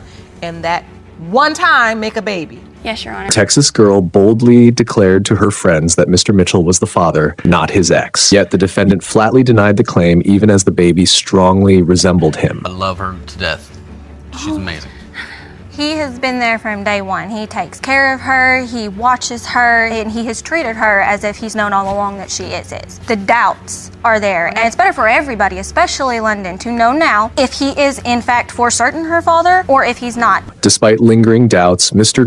Mitchell continued to play the role of daddy. The judge then turned to London's auntie to shed light on the ongoing uncertainty. So you basically believe Ms. Lohman has chosen Mr. Mitchell? Yes. As the best of the 2 options. Right. No, Your Honor, that is not correct. I love Mr. Mitchell with everything I have. I have been his best friend since day one I met him. I love him not because he will take care of London. I love him because he is my best friend. London's auntie testified that Miss Lohman exploited her vulnerable cousin, believing Mr. Mitchell was the better option than the absent ex. However, the baby mama countered these claims, insisting they were merely for show. Point is this: you say you love this man, and you say you truly believe he's London's biological father. My question is this: is your belief that he's London's biological father, rooted in the fact that you love him so much? Or, as she just said, you feel like he's going to do right by the baby? With so much confusion over conception and paternity, the case remains deeply uncertain. Ultimately, DNA test will reveal the truth, and little London may end up paying the price. You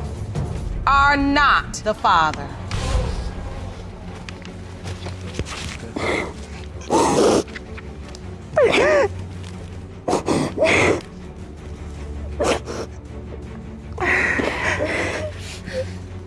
Thank you for watching the video till here. Now, you are going to see something that will leave you stunned. Her father. In an unprecedented courtroom scene, a heated argument revealed that Mr. Jacobs might not be the biological father. This shocking claim has set the stage for a dramatic paternity battle. I started to hear a lot of noise in my mom's bedroom. He coming out the room, going to the kitchen saying, well, those ain't my kids anyway, so I was doing you a favor, and left out the door. Mr. Jacobs testified that he had been the only father figure in the children's lives since infancy. He maintained that one moment of weakness should not erase years of care and commitment. Your mother made a comment that really didn't sit too well with me, and it hurt me. You guys didn't hear the whole comment. You know I was mad. I was just mad. It was out of anger. So, Ms. Hammonds, you're admitting that in the heat of the argument, you said this statement. You made this statement, but it was just in the heat of the moment. Yes, ma'am. The mother admitted it was merely the heat of the moment that sparked doubt. Miss Razor recalled how her world changed when her dad abruptly walked out, with Mr. Hunt supporting. I'm sitting in the living room playing video games with my friends. I overheard what he said, and when he walked out the house, I was sitting in a state of shock. So you overheard this as well? Yes, I did. Me and my friends, actually. And I was just sitting there like, whoa. We was having a get together. Everybody was at the house. The siblings revealed that both parents were to blame for the chaos in their lives. Their testimony forced the mother to admit that the man at the podium wasn't their father. So explain the different last names. Why my name is Razor, his name is Hunt, his name is Jacob, and your name is Hammonds. You say his name came from the grandma. He been there for everything. Precious, I'm getting married in January. He's supposed to walk me down this aisle. And you gotta tell me the truth. What is wrong? Miss Hammond appeared visibly confused, her expression reflecting deep hurt. Miss Razor mentioned a man named Tommy, whom the neighborhood believed to be her father, though she dismissed it since she already had one. I overheard at a cookout with some of your friends talking about, don't she look like Tommy? The whole neighborhood talks about this Tommy person that she's supposed to be dealing with. I've been hearing this for years, but I never doubted the fact that he was my father because he's always been there no matter what. Always. He's been there no matter what. It turned out that Tommy, also known as Mr. Farmer, was supposedly Miss Hammond's brother. He testified about his intimate involvement with the mother, but remained unclear about paternity, overwhelming Mr. Razor. Were you intimate with Mr. Farmer? Is what he's saying true? That's Uncle Tommy. That's just nasty. That's just nasty. Wow. That is not my father. That's not my father. No. There's a possibility I could be your father. The entire ordeal is tearing the family apart, centering around the time Precious was conceived. Even Hector's other potential father has yet to be identified, and the tension has taken a toll on the judge. I want you all to take a deep breath. We've got to get through this. Miss Hammonds, you do understand how your daughter feels at this point. She was introduced to this man. She thought it was a brother-in-law. You called him Uncle Tommy. She had no idea somewhere around the time she was conceived you were in a sexual relationship with him. You do understand that, yes, right? ma'am. Ultimately, the family now turns to DNA testing to settle the paternity dispute once and for all. Despite the turmoil, it was heartening to see the siblings' father stand by them, ready to face whatever the truth may reveal. You are her father. No. Please, I'm begging you. Just talk to me. I'm not sure, Precious. I'm not sure. Just talk to me. I'm not sure.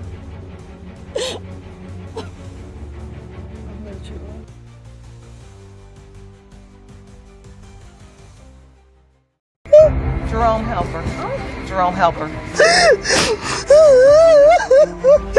Jerome will help you up, Miss McKinney, and I want you to sit in the chair. come up. Someone call the medic, please. In the back, he snuck me in the house because he said he was home alone. So what happened that night, Miss Boyd? What happened that night? It wasn't even that night. It was in the daytime because I'm not allowed to be outside at night.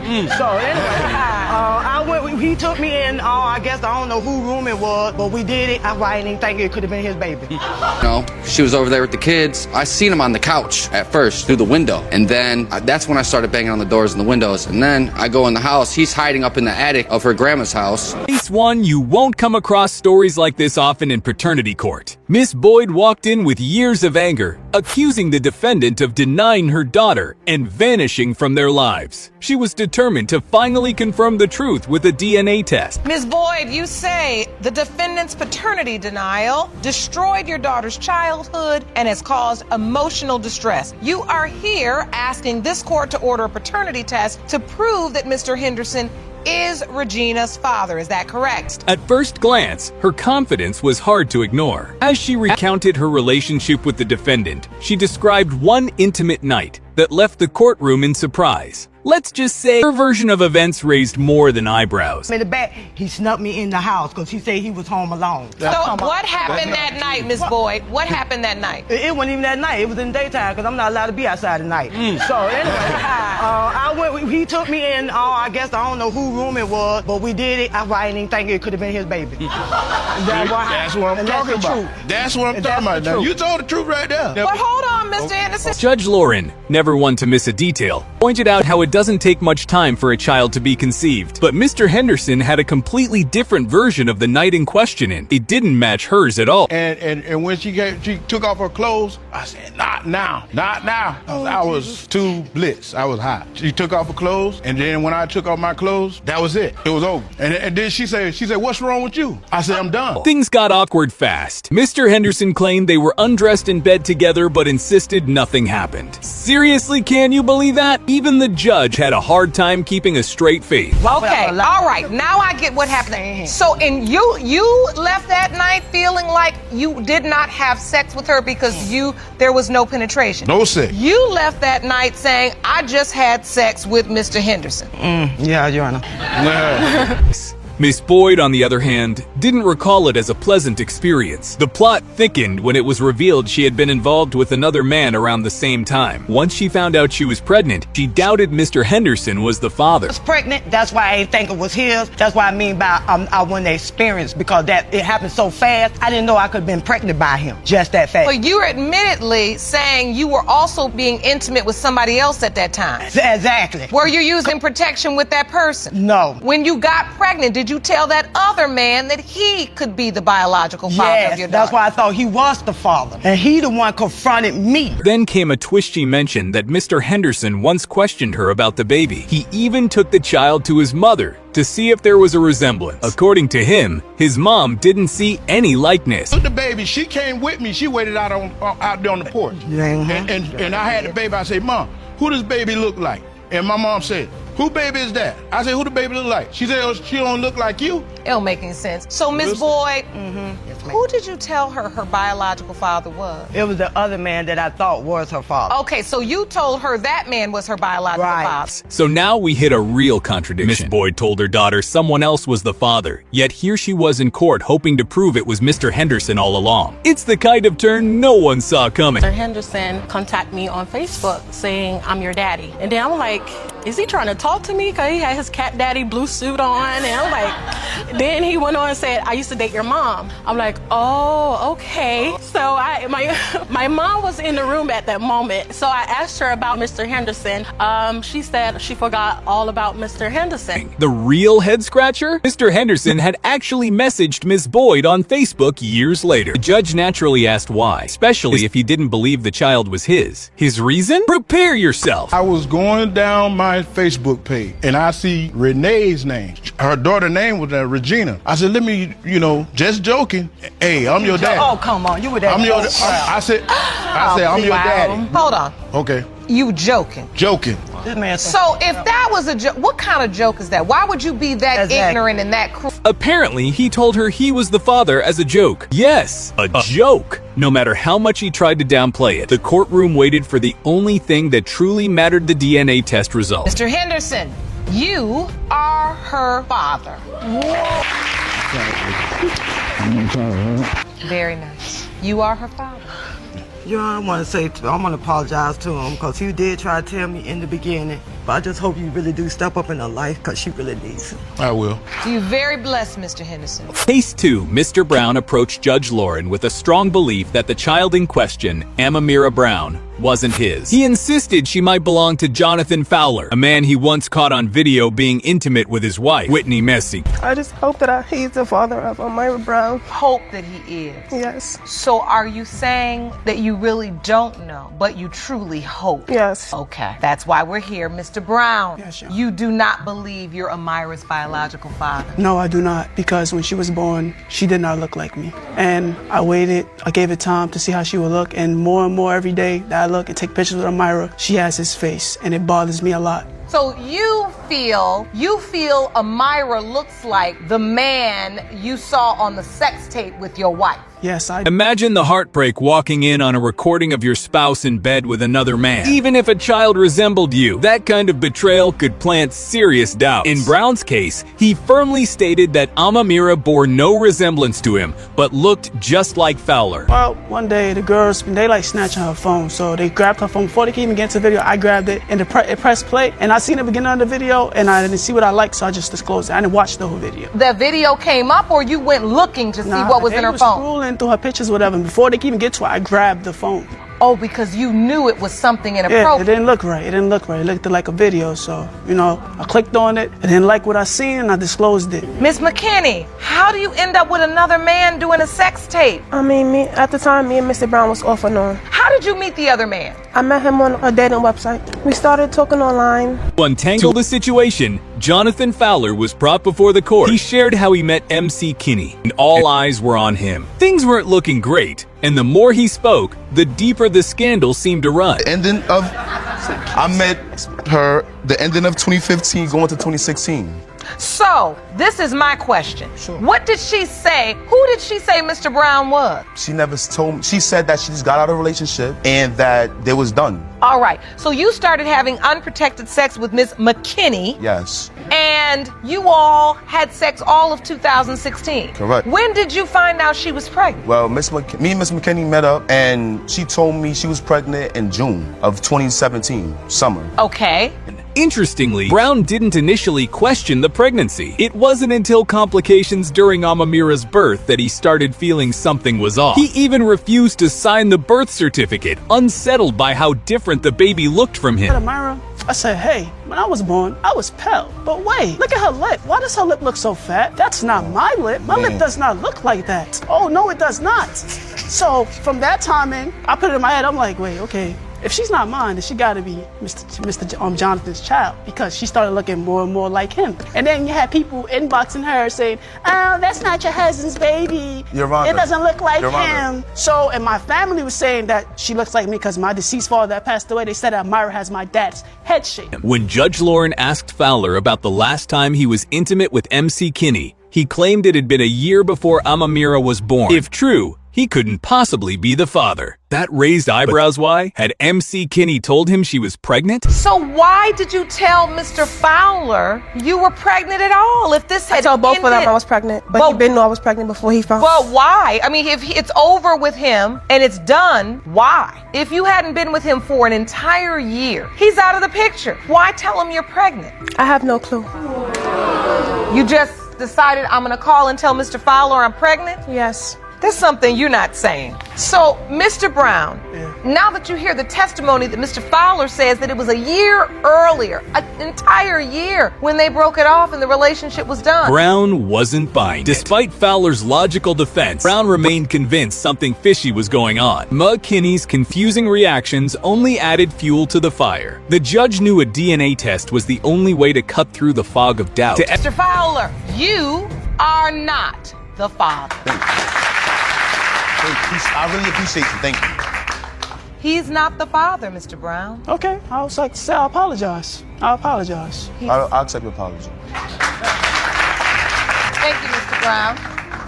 You're welcome, Your Honor. Jerome, I'm ready for the next envelope, please. Everyone's surprised. The court had already taken the liberty of testing Brown as well. As the drama built, MC Kinney looked unsettled when Judge Lauren called for the results. No one in the courtroom could guess what was coming next. Mr. Brown, you are not the father.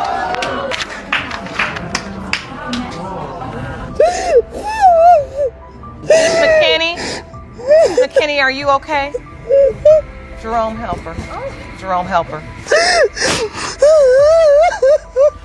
Jerome will help you up, Miss McKinney, and I want you to sit in the chair. I want you to come up.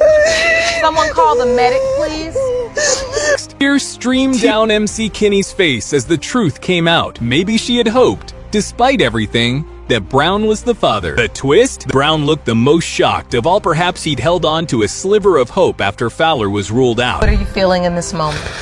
I'm actually shocked. Neither one of us is dead. I'm just like, wow. I need to ask you, do you know who her father is? No. Well, I need to ask this respectfully. How many other possibilities are there? Do you remember? Gotta be honest with yourself at some point. You can't keep bringing children in the world with lies and paternity issues hanging over their head.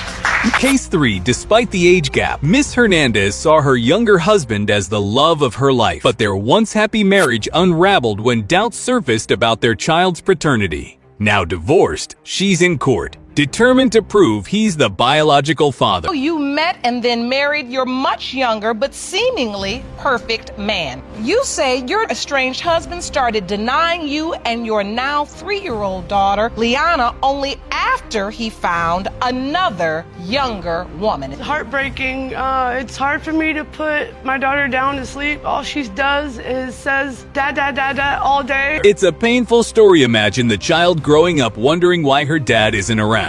The emotional toll is heavy, and it makes you wonder how things fell apart so badly between them. I was at a friend of mine's house. Okay. He comes up about an hour later walking up to my friend's house. Okay, so he came over your friend's house. Yes. And you met him. You all met. Yes. Did you immediately hit it off? Yes. All right, so Mr. Hernandez, you liked her, she liked you, you all started a relationship. Yes. Later on got married. Yes. Miss Hernandez said the argument that led to him leaving was intense enough for her to push him out. Not long after, she discovered she was pregnant and gave him the news. But Mr. Hernandez recalled the timeline quite differently. What made you doubt? What were you told? I was told that her ex was in the bed. Someone told you her ex was in your bed? Yes. While you're out fishing? Yes. Who told you that? A family member. A family member of yours or hers? Mine. How would they know who I had in my bed? They seen him. Yeah, coming out of the house because you and him are friends. Wait a minute. That version of events throws everything into question. Miss Hernandez insisted that when she first told him about the pregnancy, he was overjoyed. Things clearly changed. Hey, when you tell him, what's his initial reaction? Well, it's not mine, it's your ex's? No, he was happy. Oh, really? He was happy. Were you happy when you found out, Mr. Hernandez? I was happy at first, but then after the pregnancy at the hospital, that is when everything After changed. the birth at the hospital? Yes, Your Honor. What happened at the birth? 2 family members came to the hospital and told me that's not my kid. Honestly, if I were in his shoes and started seeing red flags, I'd have questions too. Hernandez denied ever hearing his current doubts before. Then came an even more jaw-dropping revelation. He wanted me to name her his last name. I didn't want to. Just in case something like this happened, he denied her. There you go. Now that's a first.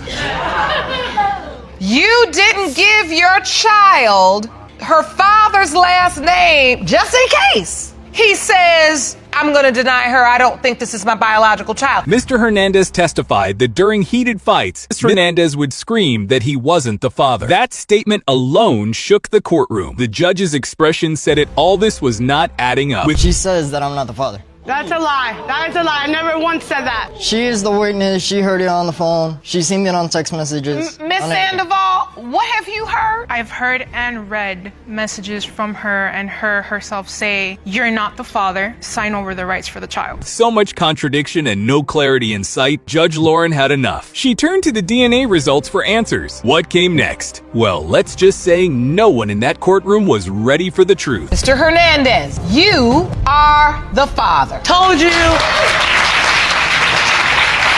I can see that made you emotional. Do you feel a level of remorse and regret because you've pretty much Yes. missed 3 years of her life? Yes. She's talking. She knows her colors. And you never called me. I'm not calling you. No, we're not doing this. What you're not gonna do is do. Case 4 things are getting complicated in court today. Tiffany is desperate to prove that her boyfriend Josh is the father of her newborn Jackson.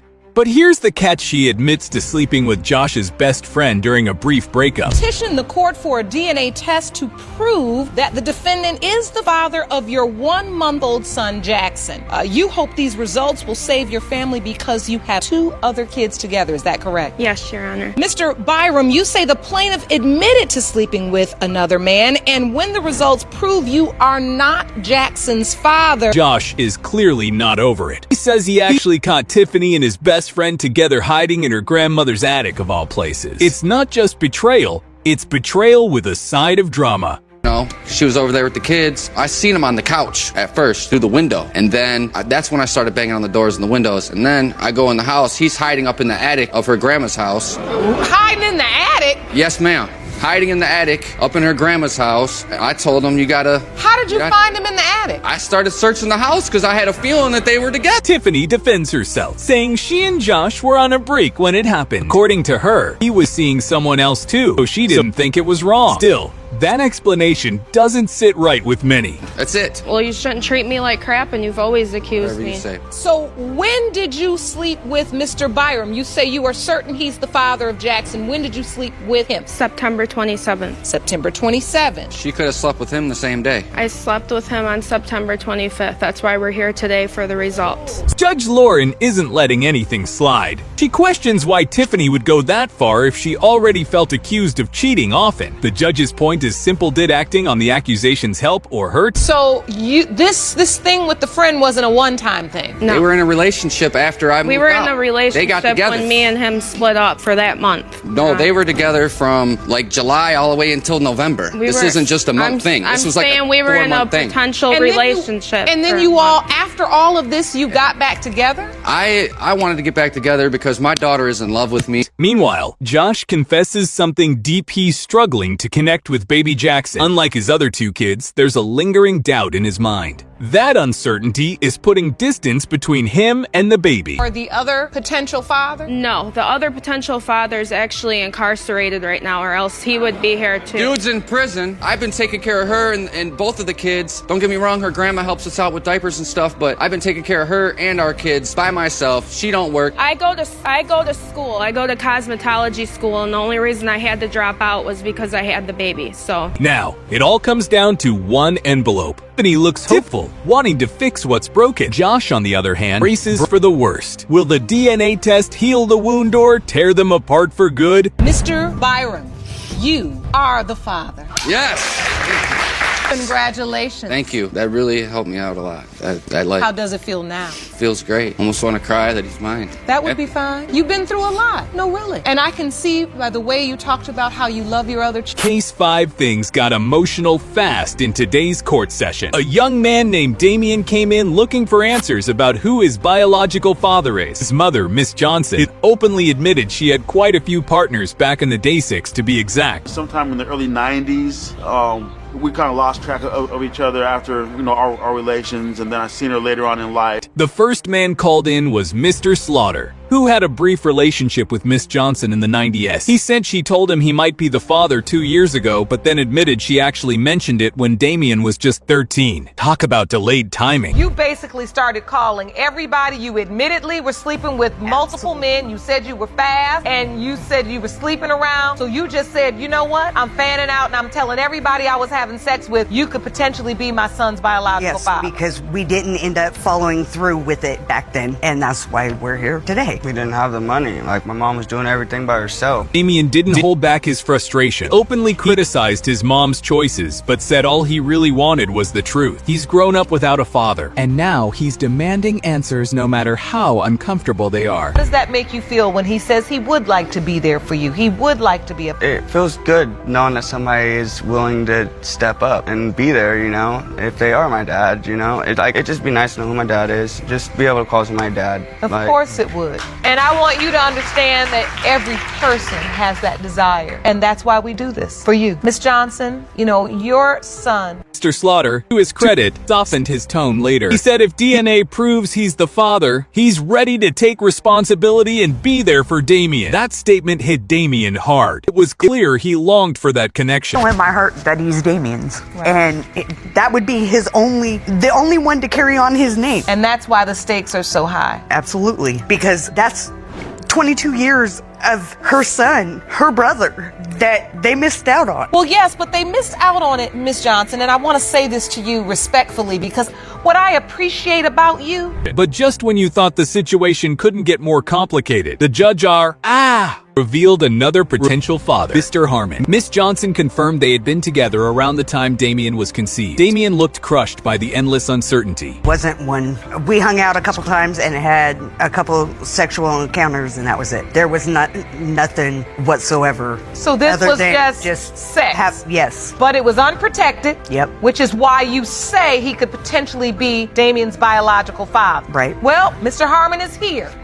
And we'd like to hear from him. Jerome, will you please escort Mr. Harmon into the courtroom? The judge took a moment to comfort Damien, praising him for his strength and composure. She assured him that his life matters and he deserves answers. She vowed the court wouldn't rest until he knew who his father was. You have been friends, and you've seen Damien, been around him, but you never knew he could potentially be your biological son? No, I didn't. I have other kids, but I don't think that he's mine. So, Ms. Johnson, how did you tell Mr. Harmon he could be the father? I mean, he says he knows you. He's seen Damien. I'm still friends with Mr. Henley and Mr. Slaughter. Mr. Harmon soon entered the courtroom, stunned by the possibility. He explained that although he and Miss Johnson had remained friends, he only found out 4 weeks ago that he might have a son. I don't care what it is, and I want you to know that there are people that will go to war with you to find out the answers you need. And honey, you will never be in this fight by yourself. You got a soldier in me. You understand?